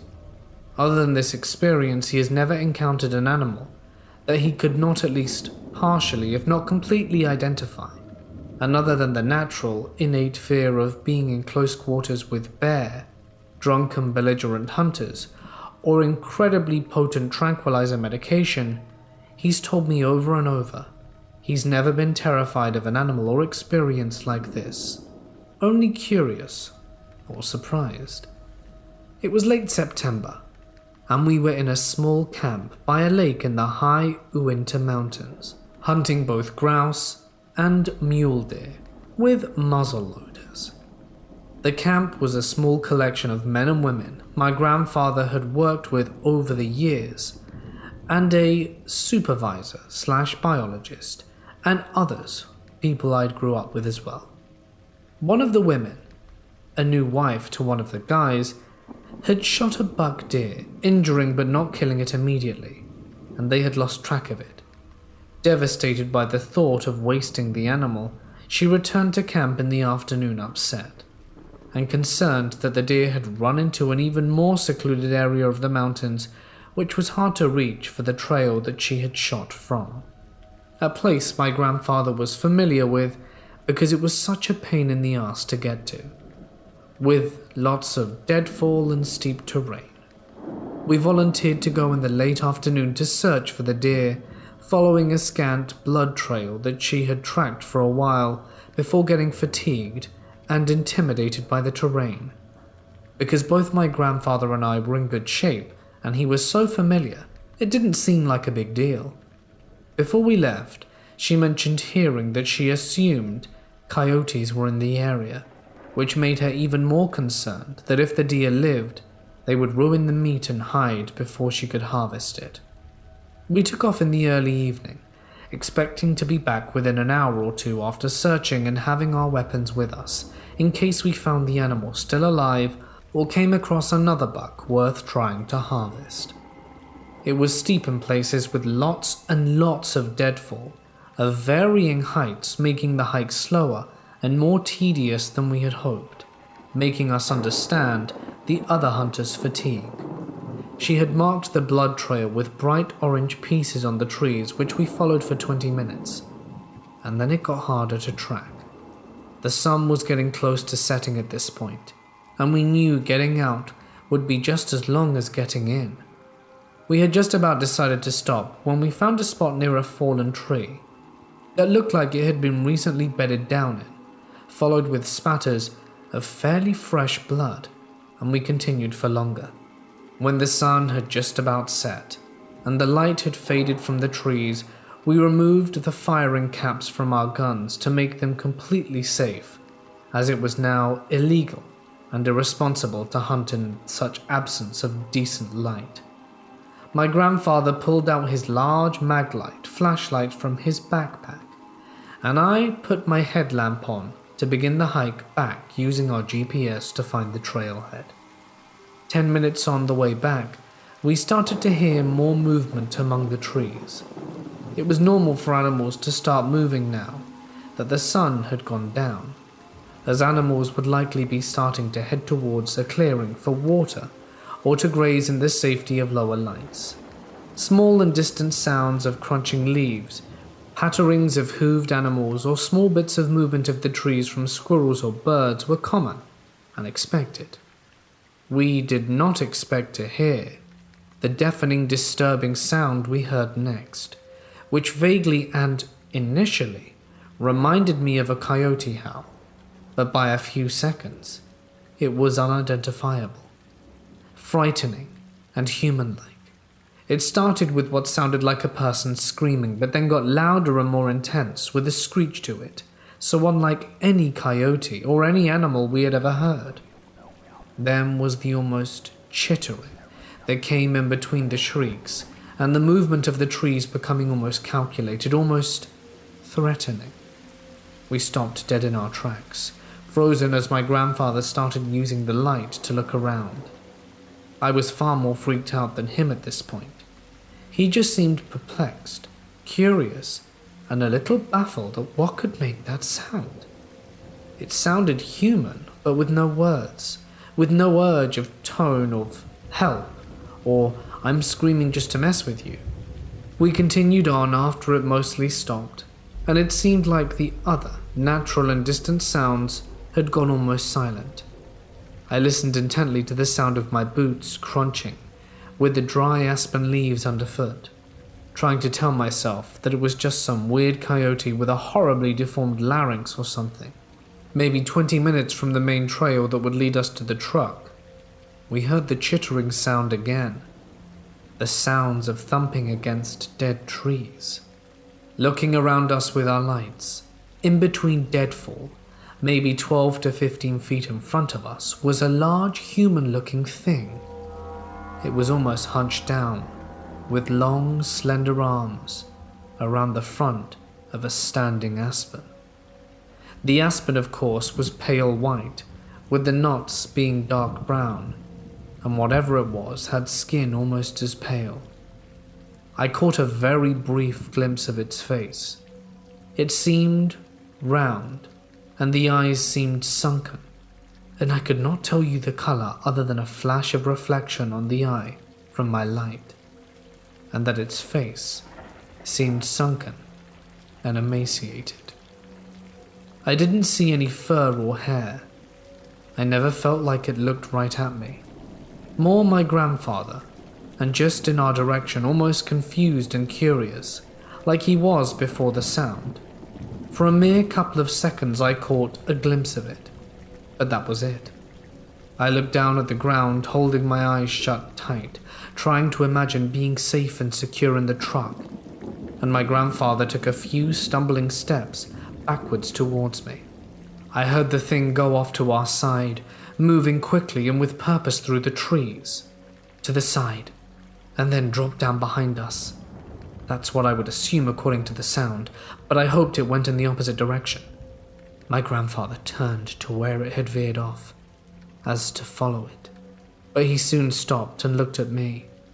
I have never before and never since seen him so confused, baffled, horrified, curious, and in awe. I was crying at this point, ugly crying, trying to muffle my shaking breath and voice, and I asked him, "What was that?" Over and over I asked him, yet he had no answer for me. He pulled his gun off his shoulder and put a cap back on the nipple of the igniter, making the gun live, and then he carried it in front of his body in his arm. He pulled out another headlight and put it on himself. We started walking again towards the trail, as he listed off, as like talking to himself, to what it wasn't. Things like, could have been a deer or elk, moose, had arms. It was hunched, it stood upright. Or a bear, a very sick bear? It could have been a bear. Was it the light? We heard the sound, the screeching human howl, distant once more, before reaching the trail, which was dirt and gravel, but fairly flat and no deadfall. We practically jogged to the truck. I locked the doors immediately and sobbed, and my grandfather turned on music as loud as possible to try and distract me on the way back to camp.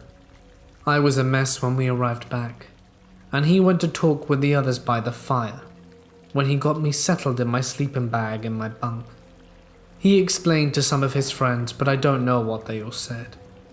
The next day everyone was extra sweet to me, trying to comfort me, saying it was probably a sick animal that looked scary in the dark.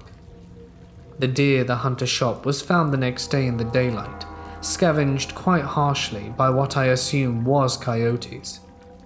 To this day he has no clue what it was, nor what that sound was, and before and since I've heard both coyote and many other animal sounds that never even compared to that one. The scientist in me and in him, the hopeful and blissfully ignorant people in us, hope and speculate. It was just a deformed sick animal in scant light. But I have no clue of what that thing was, and I hope I never experience it again. Does anyone have any ideas? So me, my boyfriend, his best friend and his girlfriend drove up to Big Bear. Then, a day later, another friend of ours drove up, and he was supposed to sleep downstairs and couples sleep upstairs since there are only 2 bedrooms in the Airbnb. The first night we stayed there it was kind of creepy, because the cabin was pretty remote, and of course there's absolutely no light outside. It's in the woods with coyotes howling and bears, but nonetheless completely normal activity. The next night at midnight, my boyfriend and I are in bed, when suddenly, our friend sleeping downstairs comes banging on the door, freaking out, saying he saw shadows in the woods and that the motion lights came on and there was thumping outside. We got a little freaked out, but my boyfriend gets out of bed and checks the entire cabin and even goes outside. There's nothing. We go up to the other couple's room where there's a porch with a sliding glass door that looks out into the woods. It's important to note that I'm naturally very anxious and scared, while my boyfriend is a rock.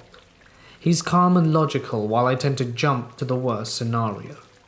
My boyfriend goes over to check the last place in the cabin, so he pulls the curtain and jumps and yells, "Oh my God." At this point I'm terrified. My boyfriend is 180 pounds and a CrossFit coach, and to see a big guy like that scared is nauseating. He locked the door and started backing away slowly. "There's a large man standing outside staring at us.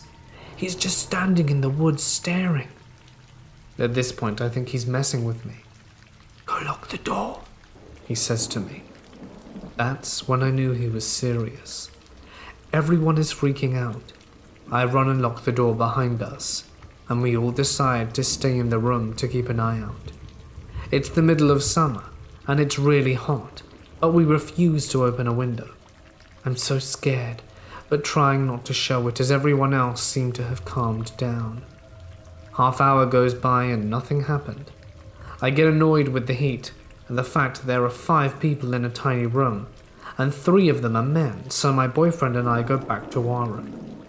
I'm still pretty spooked, so my boyfriend tries to cheer me up. At this point it's about 1:30, and I told him I was too scared to sleep with the lights off. He tells me that's totally fine, and he understands, so we just lay with the lights completely on. Finally I start drifting to sleep when I hear a thud. I sit up and look at my boyfriend, and then he looks at me, and the power cuts. I immediately start sobbing. I'm trembling. I can't see anything because it's pitch black. I try to get out of bed and run, but my legs get tangled in the sheets and I fall. My boyfriend picks me up. We grab our phone, run to the other room where everyone else was staying, and I'm hysterical at this point. I try to contact our host, but nothing will go through. I try to call my dad, but all of our phones say no service. We are there alone. Thank God the friend who drove up after us had a different carrier because his phone had 1 bar. So he calls the local sheriff. He's on the phone with him and they transfer us to the utilities company. We give the address and they tell us that we're too far in the woods and they don't cover that area. At this point we're wondering if the entire area has no power or if the man outside had just cut our power. I cry more and we call 911 to report suspicious activity and power outage, and they send in the fire department. A few hours go by and it's 3 a.m, and suddenly the power comes back on. We fall asleep, and the next day we spoke to some of the locals in the area. We told them our power went out, and he said that was strange and shouldn't have happened. He told us the only reason that happens out here is because of a snowstorm, and he couldn't explain it. I'm pretty sure it was the creepy man in the woods. In any case, I really would rather never meet again. I'd like to share some background information about myself. I was raised by my mother, who is 50% Cherokee and 50% French. Us kids have never met our biological grandpa, and believes in paranormal things, but tries to pretend they aren't there. My father is Scottish English, German, and Jewish by blood. He, on the other hand, is 100% atheist and is rather skeptical about things he can't explain, and endeavors to be a logical and scientific person in all things. Due to major differences in personalities, beliefs, and values, they divorced when I was 8. She soon married my stepfather, who was a devout Southern Baptist from Mississippi, and basically gave up her identity as a native and became a God-fearing woman. Despite issues with my mother, my dad continued to let us visit with her mum and stepdad because he felt they were good people. They taught us many things about native culture, spirituality, legends, and the people. My grandmother and I spent a lot of time together, so I was given an opportunity to learn Cherokee medicine. My grandma comes from a long line of medicine women and men, and is one herself. Now, so many years later, at the ripe old age of 23, I am myself one of them. You now have some insight. About 2 years ago, my father, brother, and I moved into a new home, a little more in the country than our previous homes had been. Something we all thoroughly enjoyed because we grew up immersed in nature and loved the land. Shortly after moving there, about 3 months in, I decided it was time to expand my family by getting myself a puppy. This would be the first dog that would actually be in my care. I've always had a strong connection to dogs, as my guiding spirit is a wolf. And after a while of searching, I came across a beautiful 5-month-old male German Shepherd / Pitbull mix. I went to meet him and instantly fell in love. He was the greatest, very sweet, kind to the cats and protective of me, and became my best friend. Everything you could want in a dog. Now, anyone who has owned a puppy or young dog knows that potty training is a task. Even after being with us 2 months, he still would wake me up every 2 to 4 hours to go outside. Hard on the circadian rhythm, but it had to be done. On this occasion in particular, we got a late night visitor we weren't expecting. My dog woke me up in the night, this time around 2:45, and I wasn't ready but dragged myself out of bed, clicked on the leash, opened the back door, and greeted me with a cool breeze. I rolled my eyes and went out into the yard with my pooch. He did his usual dog thing, sniffed around, jumped in the freshly cut grass, completely forgetting what we'd come outside to do in the first place. I whistled at him, recaptured his attention, and he got back to his business. He squatted, and I turned my head to the sky, offering some privacy. The moon was exceptionally large that night, almost full but not quite. During this observation, I began to realize there was no typical nighttime noise around me. As if this wasn't unusual enough, I had a shiver go down my spine and my arm hairs began to stand on end. That's when I heard my dog let out a low growl as he pinned himself against my legs. When I looked down at his tail, it was tucked and hackles were raised. When I tried to move, he pressed himself against me more. Another shiver came over me, and now I took the opportunity to follow where his eyes were looking. They were looking to what appeared to be a coyote. Not totally uncommon in the area. We'd heard of them on many nights living here. But this was different. It looked different and felt different. The most frightening thing, however, was that it was looking right back at me. I didn't move. I didn't take my eyes off it. That's how I was able to see its features so clearly in the moonlight. Its fur looked thin, even bald in some spots.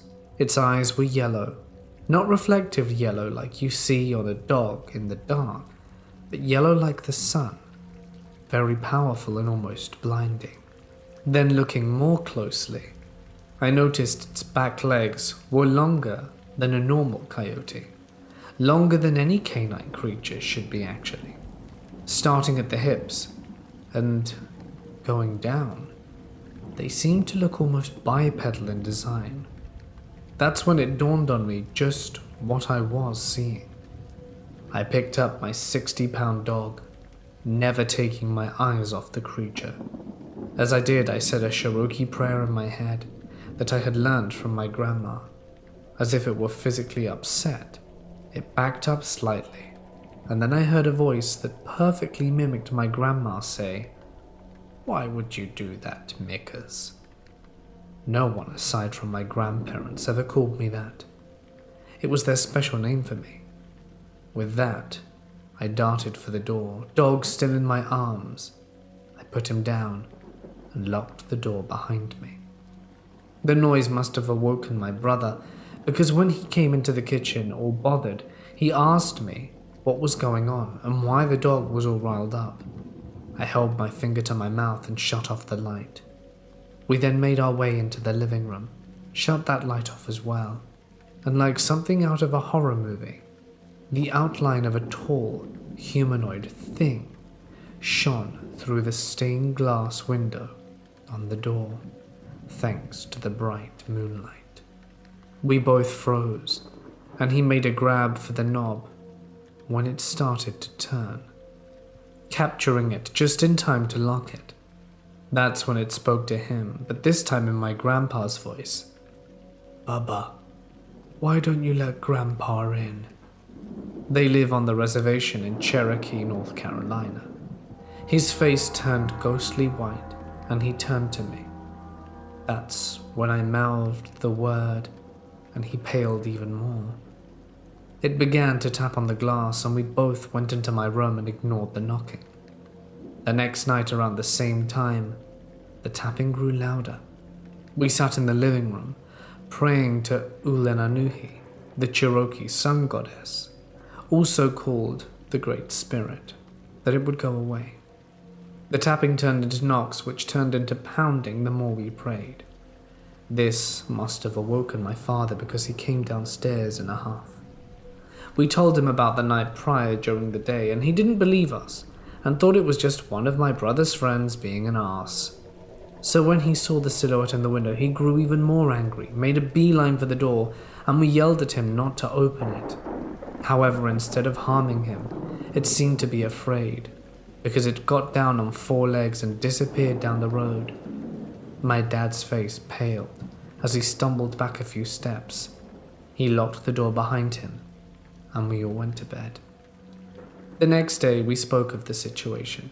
I explained to him the natives call this creature a Skinwalker.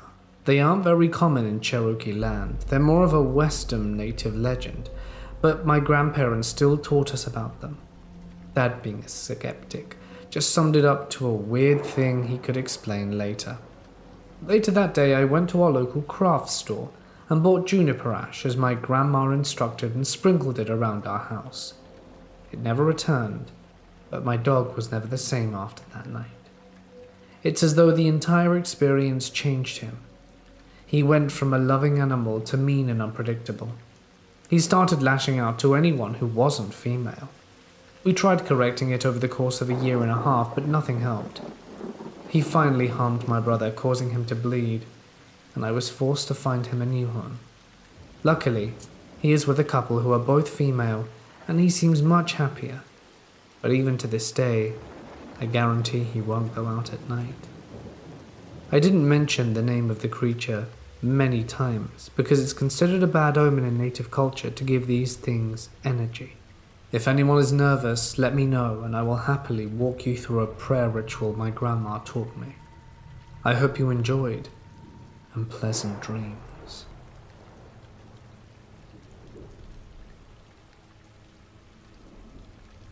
I consider myself open-minded, and am extremely skeptical and rational.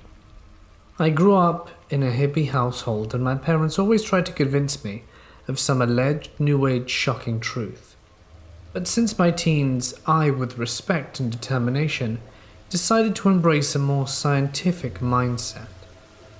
I really like literature and gothic, dark stories though, and whenever the ghost topic comes up, I'm always happy to share the following.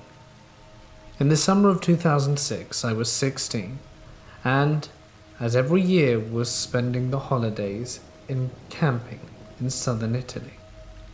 A huge piece of hectarage and hectares of pine trees and Mediterranean scrub with a nice sandy beach nearby. I was having a good time doing the things teenagers always do in such places. Swimming, cycling, kissing boys next to the bonfire, and just hanging out. One night I was returning to my place, prepared to silently sneak into my tent, when I decided to stop by the bathroom before bed. It was 4 o'clock. I remember the hour exactly, as that's the time that the public lights were turned down. Street lights just went off when I arrived to the bathroom. It was a big building on the side adjacent to the street, and the men's shower and bathroom was on the opposite side to the ladies. Approaching the building, I noticed a blonde girl outside the men's showers, turning her back to me. The sight was a tad unusual. I thought she could have just been waiting for her father or brother to come out the restroom. I had to come close to her as I needed to turn the corner to reach the ladies. I kept feeling like something was off, and just as I was turning the corner I looked back at her, unsure if asking her if she needed something. In a split second I saw her face changing. From the moment I noticed this girl, to maybe a minute later, the change had happened considerably. I saw her jawbone protrude in an unnatural manner, giving her a beastly appearance. It's hard to explain what I saw, as it was just a glimpse of a few seconds. I felt like a bucket of cold ice had been poured over me, and I went ahead, too scared to look behind my back. I kept walking on this side of the building, and soon reached the other corner and the ladies' bathroom.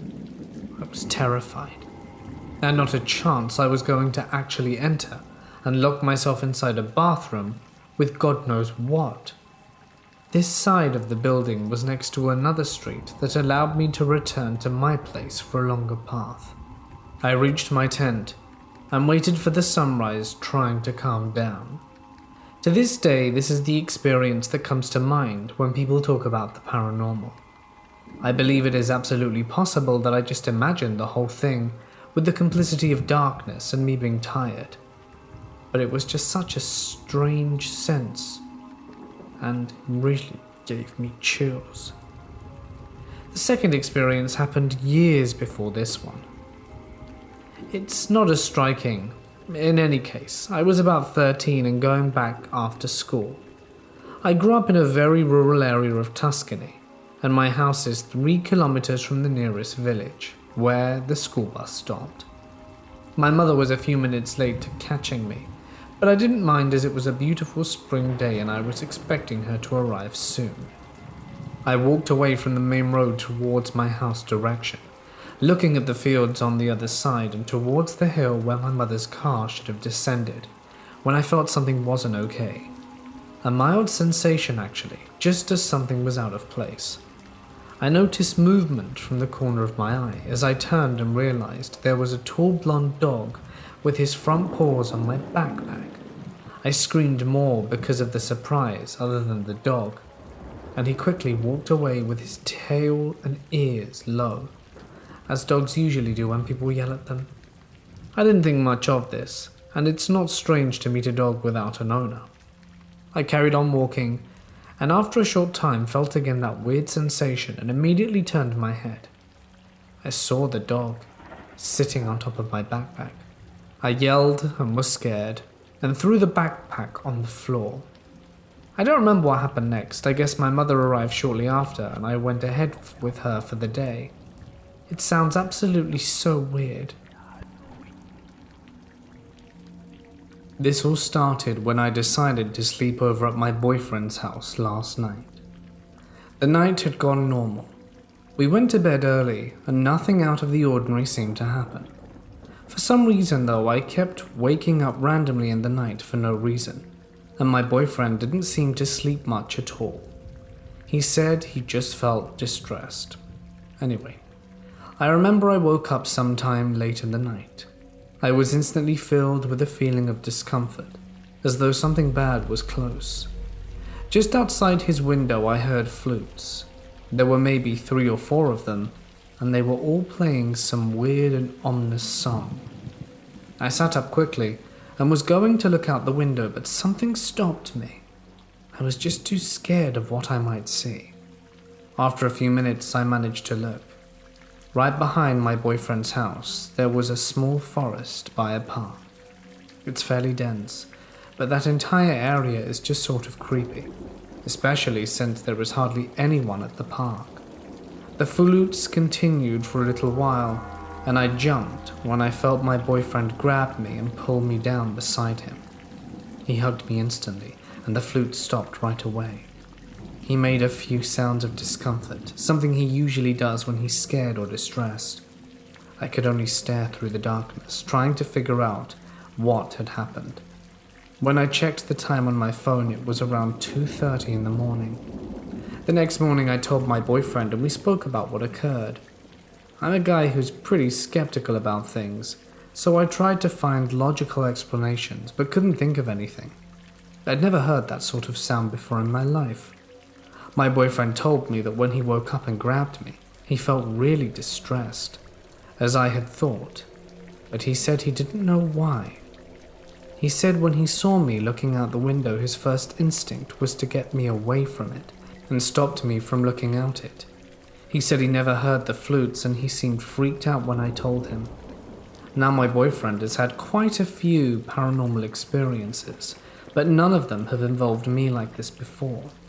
He has an indigenous background, so I thought that maybe that had something to do with it. Something similar, that especially since he thought he'd seen what might have been a Wendigo sometime in the summer. Does anyone have any idea what this could possibly have been? This happened around August of this year. I'm not sure what we experienced, but whatever it was, it terrified us. So this was a hike up to Half Dome. We had a campground around 20 minutes drive away from the trailhead, and the group was composed of 18-year-old me, my uncle, a 32-year-old male, and my uncle's friend D. There were 2 girls with us, but they aren't relevant to the story. My uncle and his friend are both Christians, so there were no substances consumed that could be used to induce feelings. We get to our campsite, set up the camp, and go to sleep after eating. We were planning to wake up at 4 to start our hike by 4:30. I randomly awoke at 3:30, like completely widely awake, and looked out my hammock, and I remember feeling this odd feeling as if I were woken up by something, and remember looking out at this moonlit scene and thinking to myself, it's just like a dream. I lay back in the hammock but couldn't go to sleep, and ended up waking up my uncle and friend around 3:50. My uncle asks, "Why are you walking around at night?" And I say, "I'm not doing that." He says he woke me up for some reason and could hear someone walking around, not like an animal, but a person. I say that it's quite weird and try and brush it off. We get to the trailhead around 4:30, and it's as everyone is unloading from their car that D says he needs to use the restroom, which there are a couple of before the trailhead. I walked behind him and saw the car falling behind me and waiting for my uncle, who had forgotten something in his own car. The short straight road from the little parking lot runs directly into a T-section with the road of the trailhead, and the bathroom which runs directly across from the intersection throughout the little field. To who have been there know what I'm talking about. We get to the intersection and wait for D to escape the bathroom. We wait 10 minutes before going in to check, and he's not there. I go back to my uncle and tell him, that's weird. Maybe he went back to the car to get something he's missed. By 5:10 we're starting to worry. My uncle goes to check the car while I wait at the intersection to make sure we didn't miss him, and he went down the road from the trailhead. My uncle says he isn't there either. We decided maybe he went up to the trailhead without us for some reason, and walked up 10 minutes and he wasn't there either. We're kind of baffled now because there are no other logical explanations for where he could have gone, and waited at the intersection for over half an hour and checked at the car, bathroom and trailhead, and you weren't there, he says. I went to the bathroom. He then asks me where my uncle is, and I say it was at the trailhead, and he asks me again. Note that it's weird as he's asked me twice, and as we're crossing the bridge to the trailhead he sees the lights off in the riverbank, and exclaims that yes, that must be him. And I just look at him and keep walking. I thought his behavior was very strange, like he wasn't thinking straight. We finally get to the hike and it goes by as normal, except that we seem to keep losing things, such as my uncle's small red flashlight, one of the girls' gloves, a water bottle, etc., and it was just like we'd simply forgotten about them and couldn't remember where we'd left them. On the way back it got dark and we turned on our flashlights, and as we neared the end of the hike, after the 2 waterfalls, it began to seem as if we'd been walking for too long. My uncle also confirms this, asking me, doesn't it seem like it's taking way longer to get back? I say yeah, and I was just thinking that we kept walking, but it still seems we aren't making any progress. I've been on that trail many times, and as I was walking I couldn't help but spot how weird those events felt. After we got home, my aunt asks my uncle if we were camping, and he says, "How'd you know?" As we didn't tell them that we were going since it was a very last-minute decision. She says that he had an odd dream where she sees my uncle in a tent of a forest and someone is outside of his tent. She said she couldn't see who it was but knew there was a presence there. She said she woke up around 3 and had the strong urge to pray for him, and it worked. I don't know what you make of all of this, but I really would like your opinions. When I lived in rural Maine, My boyfriend at the time took me on a drive in his truck. He wanted to show me something he said he learned about from one of his college professors. We already kind of lived in the middle of nowhere, but we drove even further into literally nowhere. We were on this road that was 5 to 8 miles of just forest on both sides. No houses, no signs, no driveways, nothing. Then he pulls over near a slight break in the trees. There was a very overgrown old driveway chained off at the road with an old dilapidated sign that said private property. We parked on the road and walked in about a half mile, and there was this old abandoned log cabin house. I didn't know when it was built, but it was old enough to not have any connection to the electric grid and no electrical outlets inside. It was a bit odd, but my boyfriend said he had been there before and led me to a door in the back where we could break in. He mentioned that the last property owner said in their will that no changes could be made to the property after they died, like no agriculture or major renovations. So I guessed that's why the land was never resold, since nobody could do anything with it. I don't remember if we entered through the second floor somehow or climbed upstairs, but I remember being on this loft that overlooked the interior of the house with no railing. Definitely a 15+ foot drop right at the edge of the loft. Maybe there weren't stairs inside at all, or a ladder. It was back in the fall of 2011, when I was a freshman in college, so it's all a little bit fuzzy. I remember seeing an old wood stove made of iron downstairs, and a countertop, but otherwise I think the place was pretty sparse and made entirely of wood. There was also no sink in the kitchen area, and no bathroom, so no plumbing either. The loft we were on had literally thousands of dead flies all over the floor. It was both gross and creepy.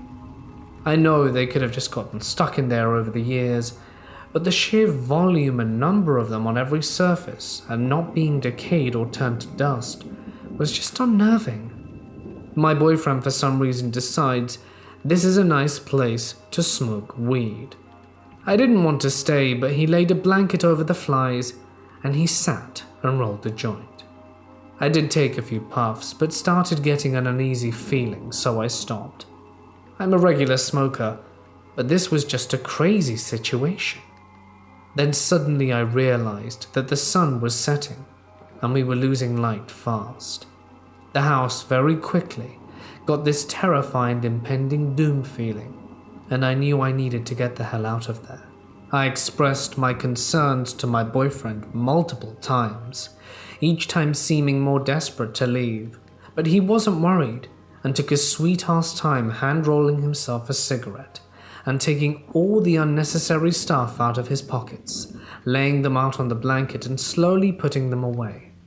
It was pissing me off that he wasn't taking me seriously, and I had such a sense of urgency to get out.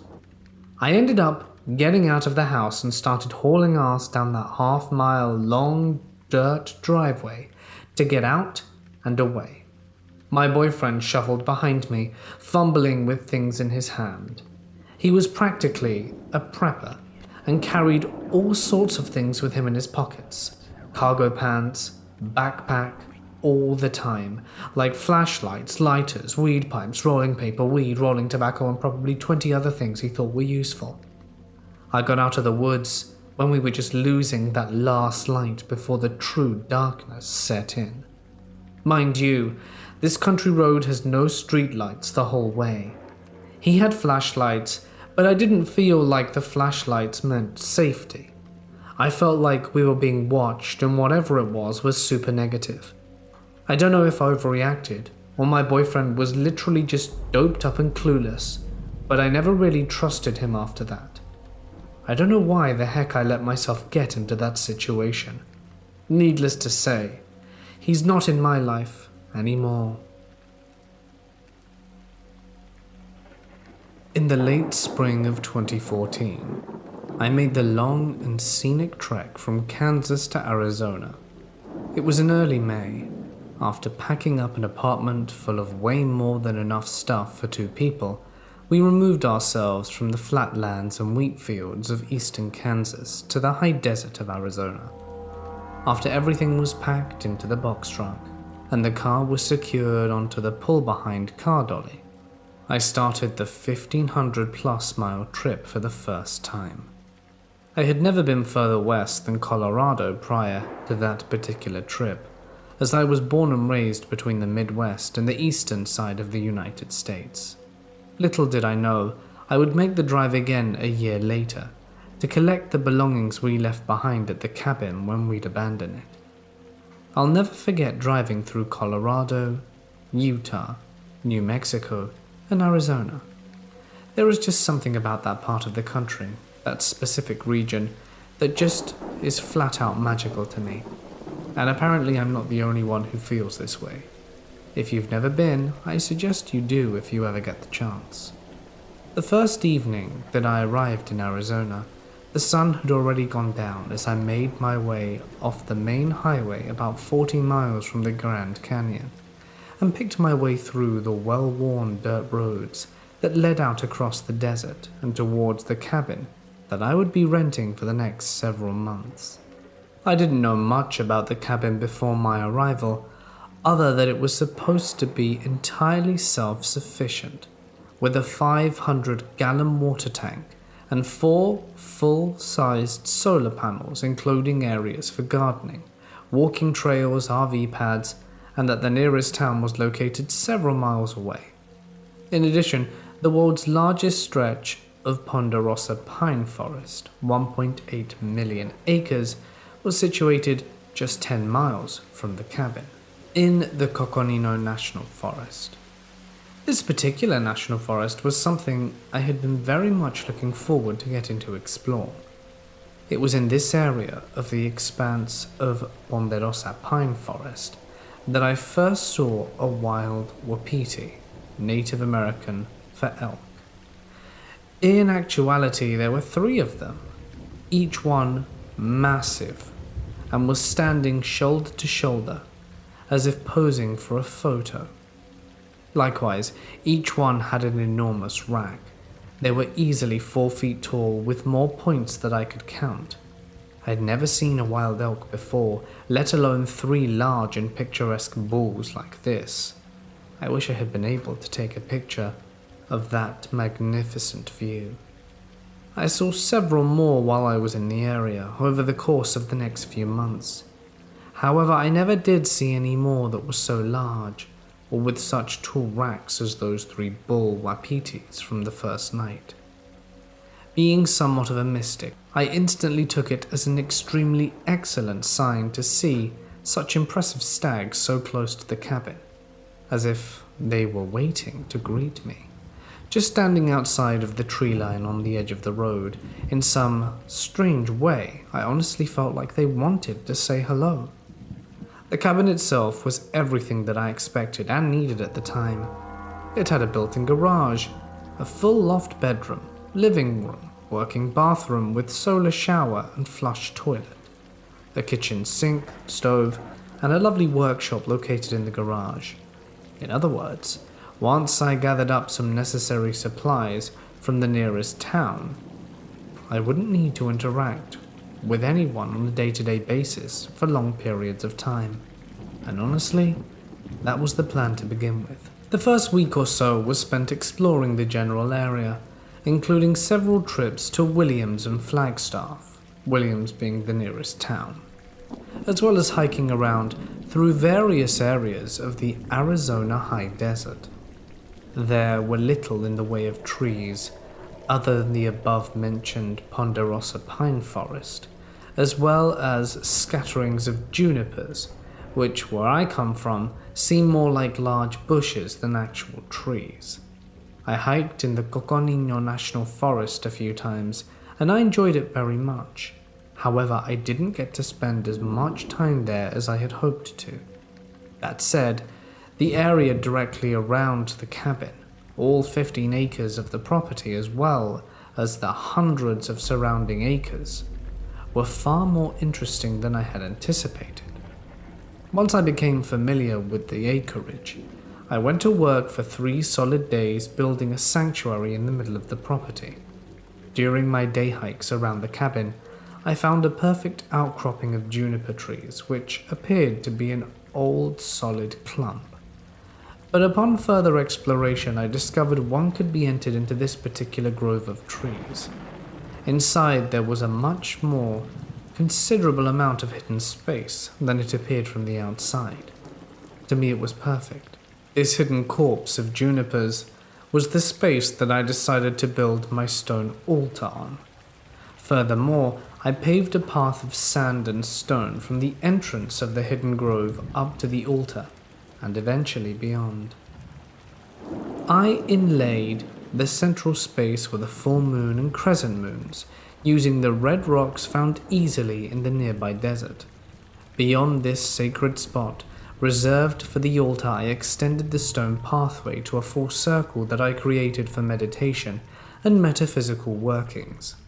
I raked and smoothed the working circle, the center of the circle rather, cleaning it of all debris and broken stone until it was the same consistency of a child's sandbox. Next, I gathered 4 gigantic stones from the surrounding desert, 1 stone from all 4 of the cardinal directions, and I placed the large bulky stones according as capstones to my working circle. Once the circle was complete, I extended the red rock inlay of my sanctuary floor, from where it ended slightly beyond the altar, all the way to the working circle in between the circle with the altar and the working circle. I inlaid another full moon with 2 crescent moons, the sign of the triple goddess, into the walkway. Each morning when I would meditate, facing the east, sitting in the middle of my circle, as the sun rose over the desert, when I could feel the warmth of the sun begin to warm my inner eye, only then was my morning meditation ritual complete. I repeated these meditations throughout the day by meditating in the correlating directions of the sun at noon and again directly before sunset as well. In all honesty, I would have to say that I've never been so in tune with myself. That said, I constantly had the feeling of eyes upon me. I cannot tell you how many times I stopped hiking and spun around expecting to see some person, predator, or something darting behind a juniper or cactus. I never did catch a glimpse of whatever it was, but I do have a feeling that I know why. It is a strange thing to try and convey to something else. I suppose those feelings are similar to those of a hunter who spent years hunting and tracking prey. After a while, they are able to develop a sixth sense and able to feel when something is watching them. That's how I felt. I've heard Native Americans describe the same feeling before. I know it's cliché that you have the feeling that someone's watching you. That's the sort of thing I'm talking about, but just much stronger, and it never went away. Some Native Americans proclaim it to be a thin veil between the worlds, and that the ancients inhabiting the other side can see through it, but that most people are very much unaware of its existence. I'm sure that many of the strange occurrences that I experienced during my time at the cabin had a lot to do with this bizarre feeling of being watched continuously without break. Spending 3 days of building my sacred space was an experience that I will always remember and cherish. Actively using the area is another experience that I will never forget.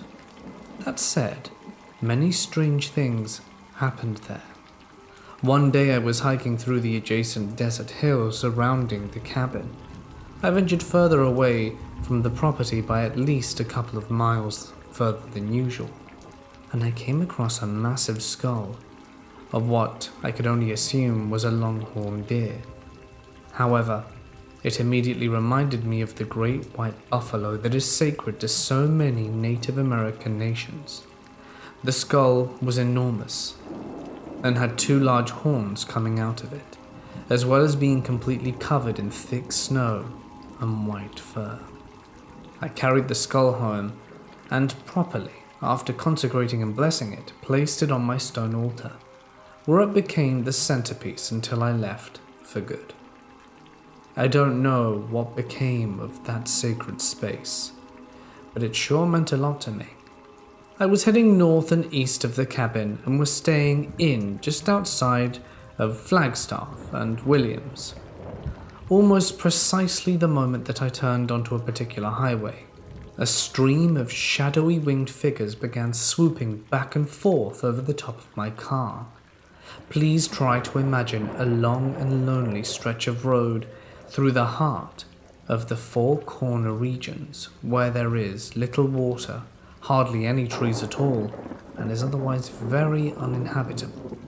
There are no other cars on the road for miles and miles. I don't recall passing even a single car on that particular stretch of road that night also, though I had to traverse it for several hours. As soon as I turned onto this particular road, a large shadowy figure started swooping around back and forth over my car. At first I thought it was a bat of some kind or a nocturnal bird, but I wasn't aware as much. I was still new to the southwestern region of the United States at the time. I really didn't think much about it, and just kept driving. However, about 5 minutes into the occurrence, it seemed as if more and more of these things started streaming into the air above my car. Whatever they were keeping up with the speed of my vehicle, so I accelerated. I was taking the car over 100 miles per hour, and to my complete horror, the dark winged figures were still keeping up with my vehicle, like it was no problem at all. Perhaps 10 minutes into this bizarre situation, I was flying down the road at a speed of nearly 120, and eventually decided to slow the car down to the creeping speed of 15 miles per hour. I was barely moving at this point, but nothing changed. Not knowing what exactly to think or expect, I merely resumed the speed limit, maybe 5 to 10 miles above it, for the remainder of this road, and the winged things continued to follow me. I would assume that this experience occurred through only at least 30 miles. However, it could probably be a bit more. After that terrifying experience, I finally came across an eatery, made a pit stop to take a bite, and noticed that over the road there was an Navajo museum. This caught my attention. I finished my food excitedly and got out to explore the Navajo collection. The entire thing was dedicated to the Navajo people, as those lands even now belong to their nation. The whole area was a Navajo reservation, and even the encounter I described earlier, with the winged shadows flying over the top of my car for miles, occurred on Navajo land. The museum wouldn't amount to much for the average person, I'm sure. I highly doubt that it received much attention. I myself spent the better half of an hour going through the handful of exhibits and reading each plaque with detail. Each display was filled with basic things, tools, mock dwellings, and other artifacts. All in all, the place explained a great deal about the Navajo people and how they'd managed to survive in such a harsh landscape. After I finished walking through the place and checked it all out, I ran across a hitchhiker. It was not only the first hitchhiker I'd seen on the trip, it was in fact the first person or vehicle I'd seen in hours aside from the pit stop. I started slowing down as soon as I passed him. I noticed how heavy his gear was, and also took note of how he appeared to be Native American. Pulling over to the side of the road, my car came to a stop 50 yards or so ahead of the man. I watched him through my rear-view mirror as he hunkered down and began running when he'd realized that I was stopping for him. I asked if he needed a ride, to which he replied in the affirmative, and told me he was going in the same direction I was, and that he just needed a lift for the first 30 miles or so. I jumped out, threw his stuff in the trunk, and then jumped back into the driver's seat and took off with my new passenger. Over the next half hour, we shared some lovely conversations. I found out he was full-blooded Navajo and went by the Christian name Raymond. He was well known in the area, or so he claimed, and that he had lived there for his entire life.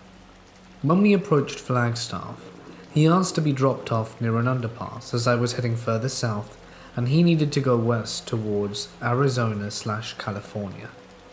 I pulled off the major highway that Raymond and I had been traveling on for several miles and let him out underneath the off-ramp he indicated for me to pull over at. Thumbling down cars near underpasses and overpasses where two interstates connect is quite reasonable for hitchhikers, as they have an easier time catching a ride along these stretches of highway and interstates than anywhere else.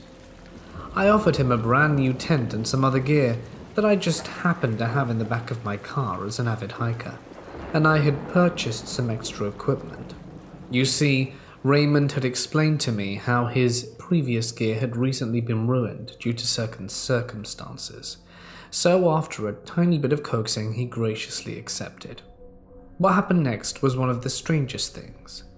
By the time I left Raymond with his gear and doubled back around onto the highway, heading south, I had a clear view of where I had just left him, and he was nowhere to be seen. There is no way possible that in this short amount of time, Raymond and all the gear that just left the vehicle had vanished. He couldn't have walked off very far in any direction, and it was fairly visible everywhere. I feel that it's important to take a moment to mention that during our conversation, because of my genuine liking for this man, as well as recognizing the hardship he was currently facing in life, I offered him an open invitation to come and stay on the property that I was renting any time that he made his way out. There was a second cabin, albeit much smaller, which had previously been occupied by a Navajo. He'd been a friend of the woman who owned the land, and quite frankly, he was also a man that I rather enjoyed having a conversation with the few times that I had the pleasure. However, I find it critical to mention this open invitation was for a reason, and the reason is that I gave Raymond the exact location of the cabin, as well as directions as to how to get there from the nearest town, Williams, Arizona. Having grown up in the region and being 50-something years old, I'm sure it wouldn't take him long to find his way there. That same night, extraordinarily upsetting things began to take place in the cabin. For the first time since being there, which at this point had been several weeks, I heard coyotes for the first time. Previously I had heard them far off in the distance, but never near the actual property. I hadn't found their tracks around the place either. I thought it was a bit strange that they didn't seem to be cutting through the property, as it was several acres wide, being 15 acres, and I could clearly hear them near the surrounding properties, which were much more extensive. There were plenty of rabbits and small game near the cabin. I kicked them up daily when I walked around the place. However, at the time, I had much bigger issues to worry about than why coyotes weren't bothering me. The night after I returned from my trip, I slept well. Lots of things on my mind. And the next morning, of course, I noticed the coyote tracks around the cabin. I didn't think very much of it, as I had obviously heard them and knew that they had been there. However, the next morning was a different story altogether. That night, the coyotes returned to run circles around the house for what seemed to be half the night. Almost no sooner had my head hit the pillow did I hear the footsteps of what sounded like a rather large pack running around it. Not long after, I began to hear their heavy footfalls pounding through hard-packed earth around the cabin. They continued yipping and yapping for some time. That's right around the time I was once again reaching the rationalization that maybe they had driven another poor old little rabbit into the area, despite the fact I didn't find any fur nor blood, or indicators that they had actually found one or eaten it. This is when I hear a clear and distinct sound: claws on the door. The way that this particular cabin is set up, or was at the time at least, the entire upstairs floor stretched the length of the cabin, and was set up as the only bedroom in the place. I had set up my bed in a particular area which was located on top of the garage, and the headboard was directly above the wooden side door of the cabin which led into the garage. This was also the main entrance to the cabin, as the other two entrances were an automatic garage door which made no sense to open on a daily basis to get in or out of the cabin, and a set of double glass sliding doors on the side of the living room, which also wouldn't make much sense to be opening and closing numerous times a day. So the little wooden door on the side of our cabin was our maintenance entrance, and that is the door that I heard the claws scratching. You can only describe terror and shock in so many ways, with so many words, none of which accurately do it justice whatsoever. What I felt, lying in my bed and hearing something run around the cabin, scratching on the doors as if trying to get in, I could not convey to you in words if I use 10,000 to do so. Paralyzing fear, that must be the closest. That said, it doesn't bother me to admit the terror that gripped my entire being as I heard something steadily scratch on the door. I began to wonder how it could actually withstand something trying to break through. It wasn't a very expensive door. It didn't consist of solid oak or anything like that. In fact, I believe it was probably made more like particle board with a thin layer of real wood on either side. So I knew it wouldn't take long for the door to give way and allow whatever was outside to get in. I often wonder why I didn't get up, go down and open the door to see what was out there. And then I quickly remember the unnatural terror I felt at the time, and remembered that what I did do was lay there paralyzed with fear until I fell asleep, only to wake up and realize it was already next morning, with the sunshine shining through. My morning ritual at the time consisted mainly of meditating in my outdoor sanctuary, and the returning to the cabin shortly after sunrise to prepare coffee, and then relax outside near a large, raised bedstone circle garden, where I would then feed the 3 ravens, Edgar, Alan, and Poe, the latter of which would behave somewhat like pets, returning daily, day after day, for the table of scraps we left them, like offerings inside the stone circle. Sipping coffee, chills ran through my body as I suddenly recalled what happened the night before, and what had occurred the previous night as well. When I couldn't take it anymore, I went from my chair to look around the cabin, only to find what appeared to be the tracks of an entire pack of coyotes. Tracks upon tracks. But amongst these, several more massive tracks could be seen. They were obviously disturbed by the smaller ones, which greatly outnumbered the larger ones.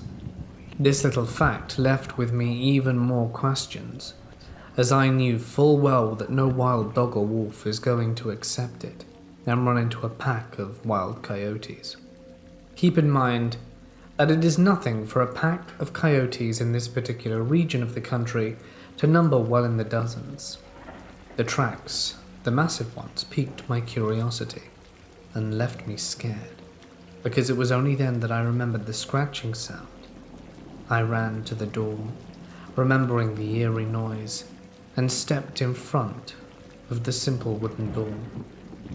I felt my heart beat against my chest.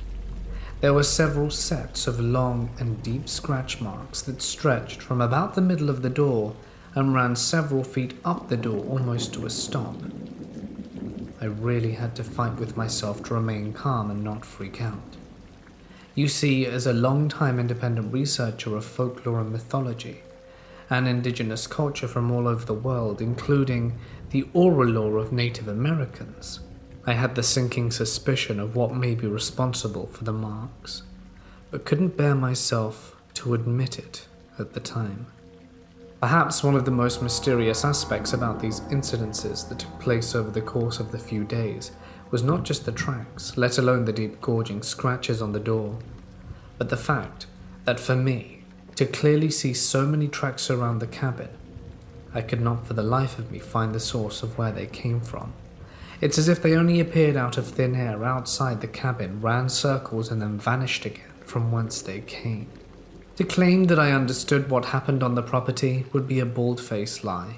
To say that I've come to my own conclusions, these several years later based on countless hours of research, Before and after the events described, I would very much believe that I was in the presence of a real-life Skinwalker. Native American legends say that these creatures are actually thought to be humans twisted by greed and dark magic, and are not creatures at all, and have been known by local Native Americans to frequent the area for centuries. In fact, the Skinwalkers are better known amongst members of the Navajo Nation more than any other in the country. Many people don't believe that they exist anywhere else in the world outside of this particular region, as they are thought to be Native Americans who's lost their way and given into dark powers. What I will say, however, is that I still deeply believe deep down that Raymond and possibly some of his friends had paid me a visit, and would yet pay me another. On the third night after I'd picked up Raymond, the yipping and yapping coyotes, as well as the pitter-patter of their claws circling the cabin, found its way to my ears once more. At that point I was beyond trying to understand what was happening, and even further beyond trying to confirm it. I had no way of proving anything, and no intention of trying to do so. I have convinced myself, in my heart, that what I experienced out there for 3 nights in a row was none other than a Navajo Skinwalker, maybe possibly more, in its own territory.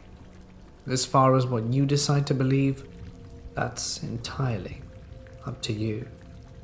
After the events of those nights, it wouldn't be for a few more short weeks before I lost my nerve and left the cabin for good due to other circumstances, somewhat similar, but yet worlds apart. For my own safety, I left Arizona and never returned, save one time during many months later with several other people to gather up my belongings. To this day, I wouldn't step 1 foot back onto that particular piece of property, especially at night, even if you paid me.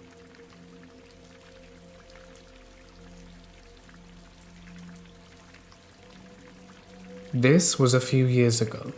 I was 11. Me and my other 4 friends went on a camping trip. Everyone was happy to be doing something different, but I wasn't. You see, when I was younger, I loved horror movies and videos, so I felt off. I then eased into them a bit, and realized that if anyone tried to rob us, or worse, me and our friends, we could fight them or something. While my friend's mum, Tom's mum, had booked us a small hut to stay in during the week, but at night we would sleep in our tents.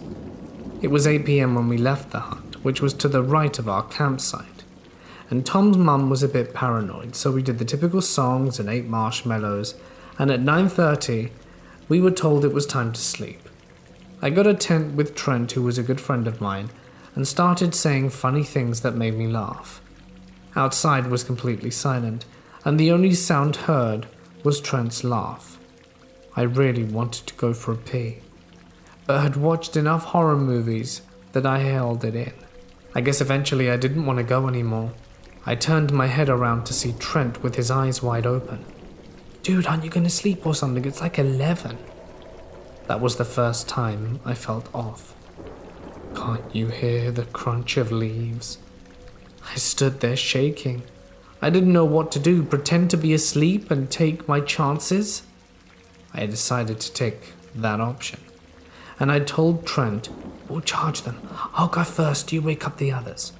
I got up and quickly unzipped the tent lid, ran out my tent screaming, tent behind me, to find no one. Tom's mum, who slept in the hut, came out running, and she asked what the hell we were doing, and me and Trent told her what we'd heard. She said that was off because she heard footsteps in her room and hadn't slept for the last 2 hours. We heard a loud cry from a little girl like you hear in the movies. Everyone spun their head around and we heard whispers from every location. We turned to the 2 cars and ran towards them. Cody's mum had also volunteered for the whole trip as she came running out the hut. Before we explained, Tom's mum grabbed her and shoved her in one of the cars and told us to get in.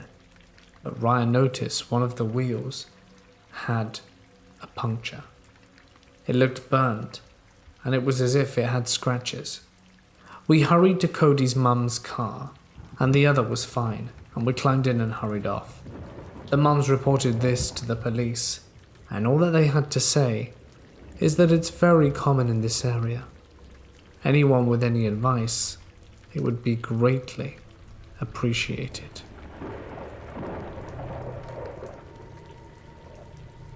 I used to wander the old abandoned mines, cabins, and grounds of Montana, areas people hadn't been in at least 3 decades.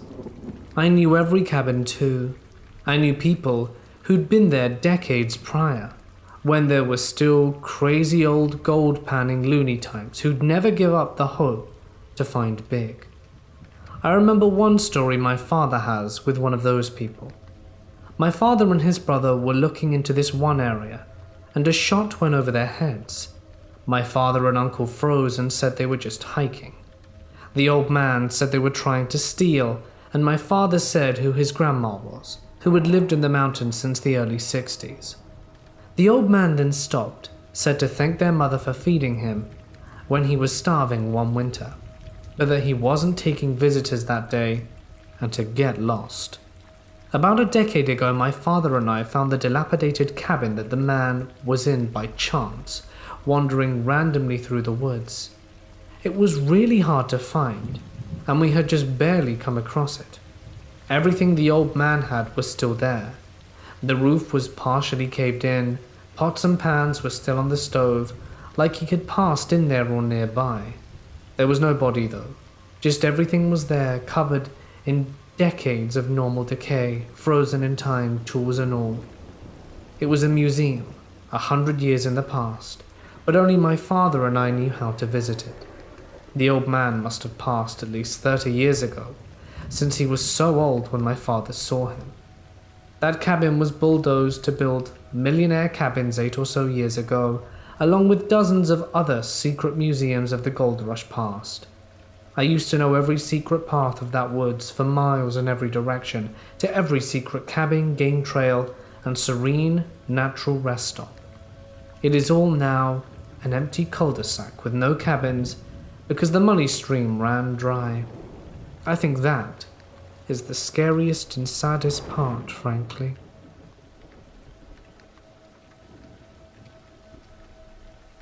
This story takes place in Poland. I have one friend who has always been an atheist, and I was a Christian. But things were changing as time grew up, and I sort of lost my religion too. My story happened a year ago. I became kind of an atheist, and later started to read about Slavic mythology, as I was always interested in history. Sometime later I became pagan, and my friend who I mentioned has become pagan also. A year ago we decided to build an altar for our gods. We found a nice place with a fallen tree in the middle of a forest, as forests are sacred places in the religion of our ancestors. And we had chosen a place with a big fallen tree because a fallen tree struck by lightning is also scared due to believing that it was hit by Perun, which is the Slavic god of thunder. So we started building the place, and our first altar was devoted to Veles, the god of the underground, the forests of magic. The second altar was built for Savok, god of the sky, sun, and fire. The things have started to become paranormal when we decided to build an altar for Perun. Our 2 previous altars were simple, just wooden beams with symbols inserted to the ground. For Perun's altar, we decided to carve a face in the beam. So I got a knife and hammer and started carving a face. And this was where I first encountered something otherworldly. As I was carving the face, I wanted to see what my friends were doing, as there were 3 of us in total, because we took one of our friends with us to build the place. When I was turning around to see what they were doing, I noticed something downhill, as our place was built in a small hill, passing from tree to tree. When it got behind the second tree, it was gone. This something was human-shaped and didn't have a face, and it was wearing a white dress covering all its body. A few days after, we were at the place, and we wanted to make a campfire to cook some food and get some nice vibes. It was complete darkness in the forest, and at this time of year in Poland, it gets dark around 4 p.m. So we were in the middle of the forest, surrounded by darkness, and we only had our smartphones, flashlights, and we couldn't light the fire because it was winter and everything was wet. As we couldn't see anything, we only could see about a meter or two in front of us. But thanks to our flashlights, we decided to collect bark from the tree because it should have been dry, and we should be able to light the fire with it. As we were doing this, we started to hear footsteps down the hill where I saw a ghost. This is where I got scared, and we stood as close to each other as we could, took out our knives, and were just standing there with foam flashlights and our weapons ready, and we were listening to the footsteps. It was something like 3 to 4 footsteps and a pause for a moment, and then 3 to 4 more footsteps, like something was going around us, not getting close to our lights, and we were freaking out and decided to run in the opposite direction to where we heard the footsteps. We were running through the forest until we encountered a road. Then we just started to walk, and we got out from the forest. At this moment, I wanted to say why the footsteps couldn't be a human or animal. So, as I mentioned, it was complete darkness in the forest, and you couldn't see anything without a flashlight. So it couldn't be human, because he would not see anything in the forest. So how would he know to get close to us without using a flashlight? We started to run out the forest. We were scared, but me and my friends decided to go back there to check what it was. I think we felt the adrenaline rush, and that's why we chose to return. We also asked our third friend if he wanted to come with us, but he chose to stay. When we finally arrived, we noticed that nothing had changed and everything was fine, and so we returned.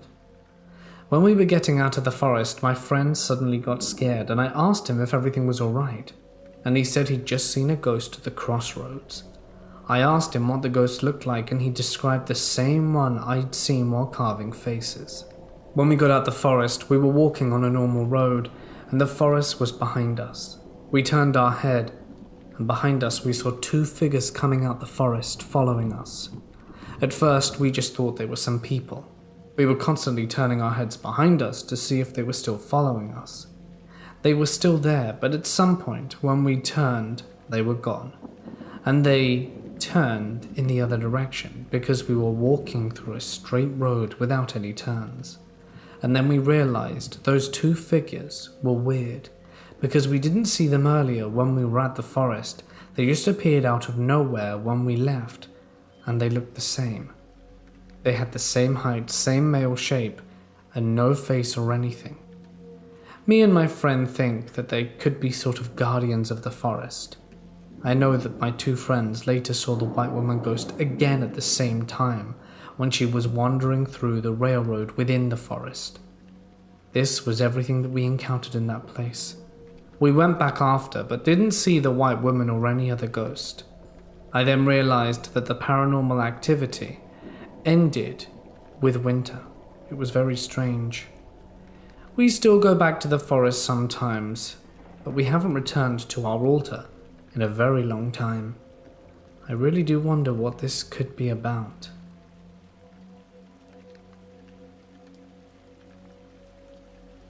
This happened about 3 to 4 years ago. I live in Utah and have been camping my whole life. When I was roughly 12, I was in the Boy Scouts and went on a lot of camping trips with my troop. Every year, my troop went on an overnight camping trip to a lake in the Uinta Mountains called Wall Lake, where we'd backpack in a mile or so and camp around said lake.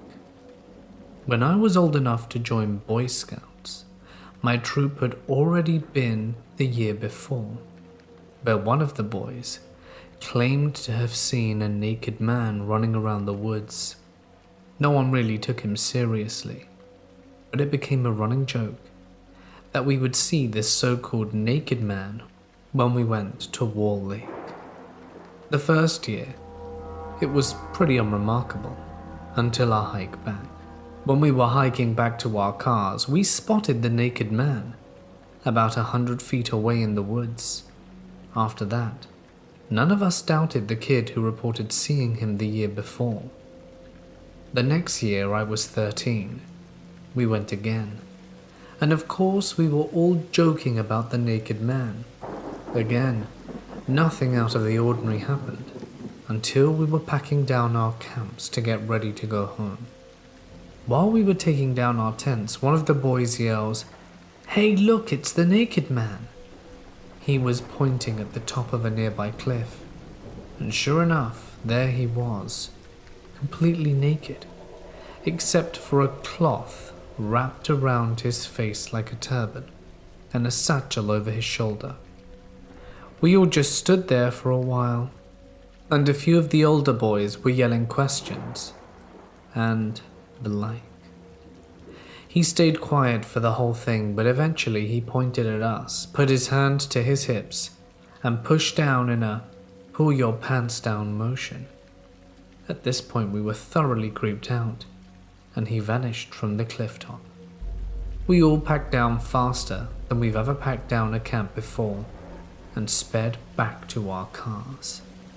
I've still gone on trips to Wall Lake since, but I haven't seen any signs of the guy. He was apparently seen by enough people that he was reported in the news. At the time of these events I wasn't too scared, but looking back, I have no idea what this guy wanted or what he could have done. And that is what scares me about this whole thing. The Pacific Northwest is a place of wonder, and where we believe creatures of lore exist. There have been too many various sightings here. I wouldn't say demonic in nature, more like there are tangible beings. The skies are vast, the air is clean, and there is a mystic feeling here. Almost as if when you turn a corner, you might see a fairy. We never want to live anywhere else. I've been renting a farm-style house with my 2 grandchildren, my son and his fiancée, for almost 3 years now. We have a well under the back of our house and a pump house behind us. There are about 10 acres of land looking out towards Mount Rainier, and we have a 2-car garage connected to a big workshop, and next to us is a forest. All the things I will be describing have been spread out since we have lived on this property. Sometimes we hear screams coming from the forest, and all the wildlife becomes still and quiet. Occasionally we've listened to what sounds like a metal chair scraping on a concrete floor in the distance that echoes over our land. I've spoken to the young man and his brother who currently live on the same lot but closer to the forest, and they told me that they hear it too, but stay in after dark because it feels like they're being watched. They all think there's something off with this land. His brother also shared that he sees a demon boy, as he put it, in his room, as well as other places in the house. I ask him why he calls him a demon, in which he replies, "Because he scares me and messes with my stuff." I don't really think it is a demon, but what he saw and what we saw in our house will be for another time to tell. As for the noises in the forest, I have compared these sounds to various wildlife indigenous to the area but found nothing. This was when we first moved here on the property that is surrounded by farms. One late night I was driving down the lonely road home lit only by a handful of streetlights when I saw a flash of eyes in the distance. Not wanting to hit what I thought might be a deer, I slowed down. When I arrived at where I thought it was gone, but the side of the headlights shined on something greyish-white, and I noticed something almost the size of a man crawling into the bushes. I saw its back muscles and shoulder blades, and its back leg. There was no fur, no tail, and no feathers, just light-coloured muscles. I quickly turned the corner, hoping to see it crawl over the train tracks on the other side of the bushes, but it wasn't there, so I went home. I know what I saw in my headlights. I'll try to compile all that we have seen in these 3 years. We know there is something going on with this land. My 2 adult children, my son's fiancé and I, have seen this tall white creature. It stands about 7 feet tall with large eyes peeking around the workshop, revealing its head, chest, shoulder, arms and its hands on the wall and part of its foot, or it peeks into the garage window, and we have seen this on many occasions, a few times from my son's window upstairs. My daughter was here for a visit once. She thought she dropped something earlier out back when she was playing with the kids in the yard. It was dark, so she and my son went out there and they both had flashlights to find whatever it was she dropped. They were searching for a while when they heard something rustle in the tall grass beyond them. She shined her light in the direction of the noise, and standing there in the field was the same creature. So they both ran like hell back to the house. She later moved out of state, and it's been over a year since this happened. So before I wrote this, I gave her a call. I didn't want to lead the conversation, so I simply asked her what she remembered. She described that thing to a T, and went on by telling me about the time she saw it on the roof of the garage, where both awnings meet. She stepped out onto the front porch and something caught her eye over the garage. She said she stepped closer and it tilted its head. My daughter then turned to tell her brother to look, and when she looked back it was gone. Then of course, she had to ask me, "Don't you remember me telling you when you thought I was on drugs?" I do remember that, and I apologized. I don't think this or these things have an intent, or at least I would hope not. It's just scary. On an earlier evening, my son and his fiancée were leaving the garage from the side door, and my son locked eyes with this same thing crouched on all fours on a lawn couch outside my bedroom window. He said it was white with pasty skin and had a long neck with big round eyes that almost glowed. Its head stayed fixed on him and straight, but moved up and around clockwise and back like it was sizing them up like an owl. It was crouched with knees. It was not an owl. My son then started pushing his girl faster to the house. It was a while before they went back over there, never alone and never at night. Just to let you know, we have never seen a raccoon or squirrel on the property. Another time I was on my front porch one evening. I let the dogs out one last time before bed and noticed that they were acting all skittish. They did their thing and piled it up in front of the door with crazy eyes as if they wanted to go in now. Thinking it might be coyotes, I let them in and went to the end of the porch to see what was frightening them. I kept a light on above the back door and another one further down on another area of the back of the house. Something was tall enough to block out the light, casting its shadow on the wall of the garage. It couldn't have been a giant moth on the light because the shadow was cast by both lights. That gave me the creeps to think about that something was standing right outside my back door. My granddaughter keeps her window blinds shut after dark, even though there is no one around. She says she feels uneasy. We are not living in fear by any means, it's just different. This hasn't been an everyday occurrence, but it is enough to take notice. I have no explanation as to what it is. At first I blew it off, thinking it was just some sort of wildlife we didn't know about before. But after seeing these things for almost 3 years and getting validation from others, I know that it is so much more. Maybe someday before we move, and I ever get my hands on some proper camera equipment with night vision, I will share my findings. So for my birthday this year, my adoring boyfriend decides to rent us a little A-line cabin in the woods of the White Mountains. Originally, we had plans to stay Friday and Saturday night, but only ended up staying Friday, for reasons I will explain later. We get there Friday around 2 o'clock. We bring our things in and both of us get a weird vibe from the jump, but neither of us say anything to one another because we really wanted to have a good time. First things first, and my boyfriend starts to make a fire for the fireplace. He does so by taking a large knife and shaving pieces of wood off the logs for the kindling.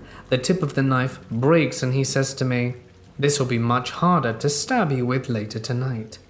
I look at him like, what the hell is he saying to me? And why would he ever say that? We sit by the fire until the evening, barely saying anything to each other. The TV is right in front of a giant window with no curtains. We end the night by watching a movie in front of said scary window. We go upstairs to sleep and my boyfriend barricades us in our room. I ask him why, and he says he has a bad feeling.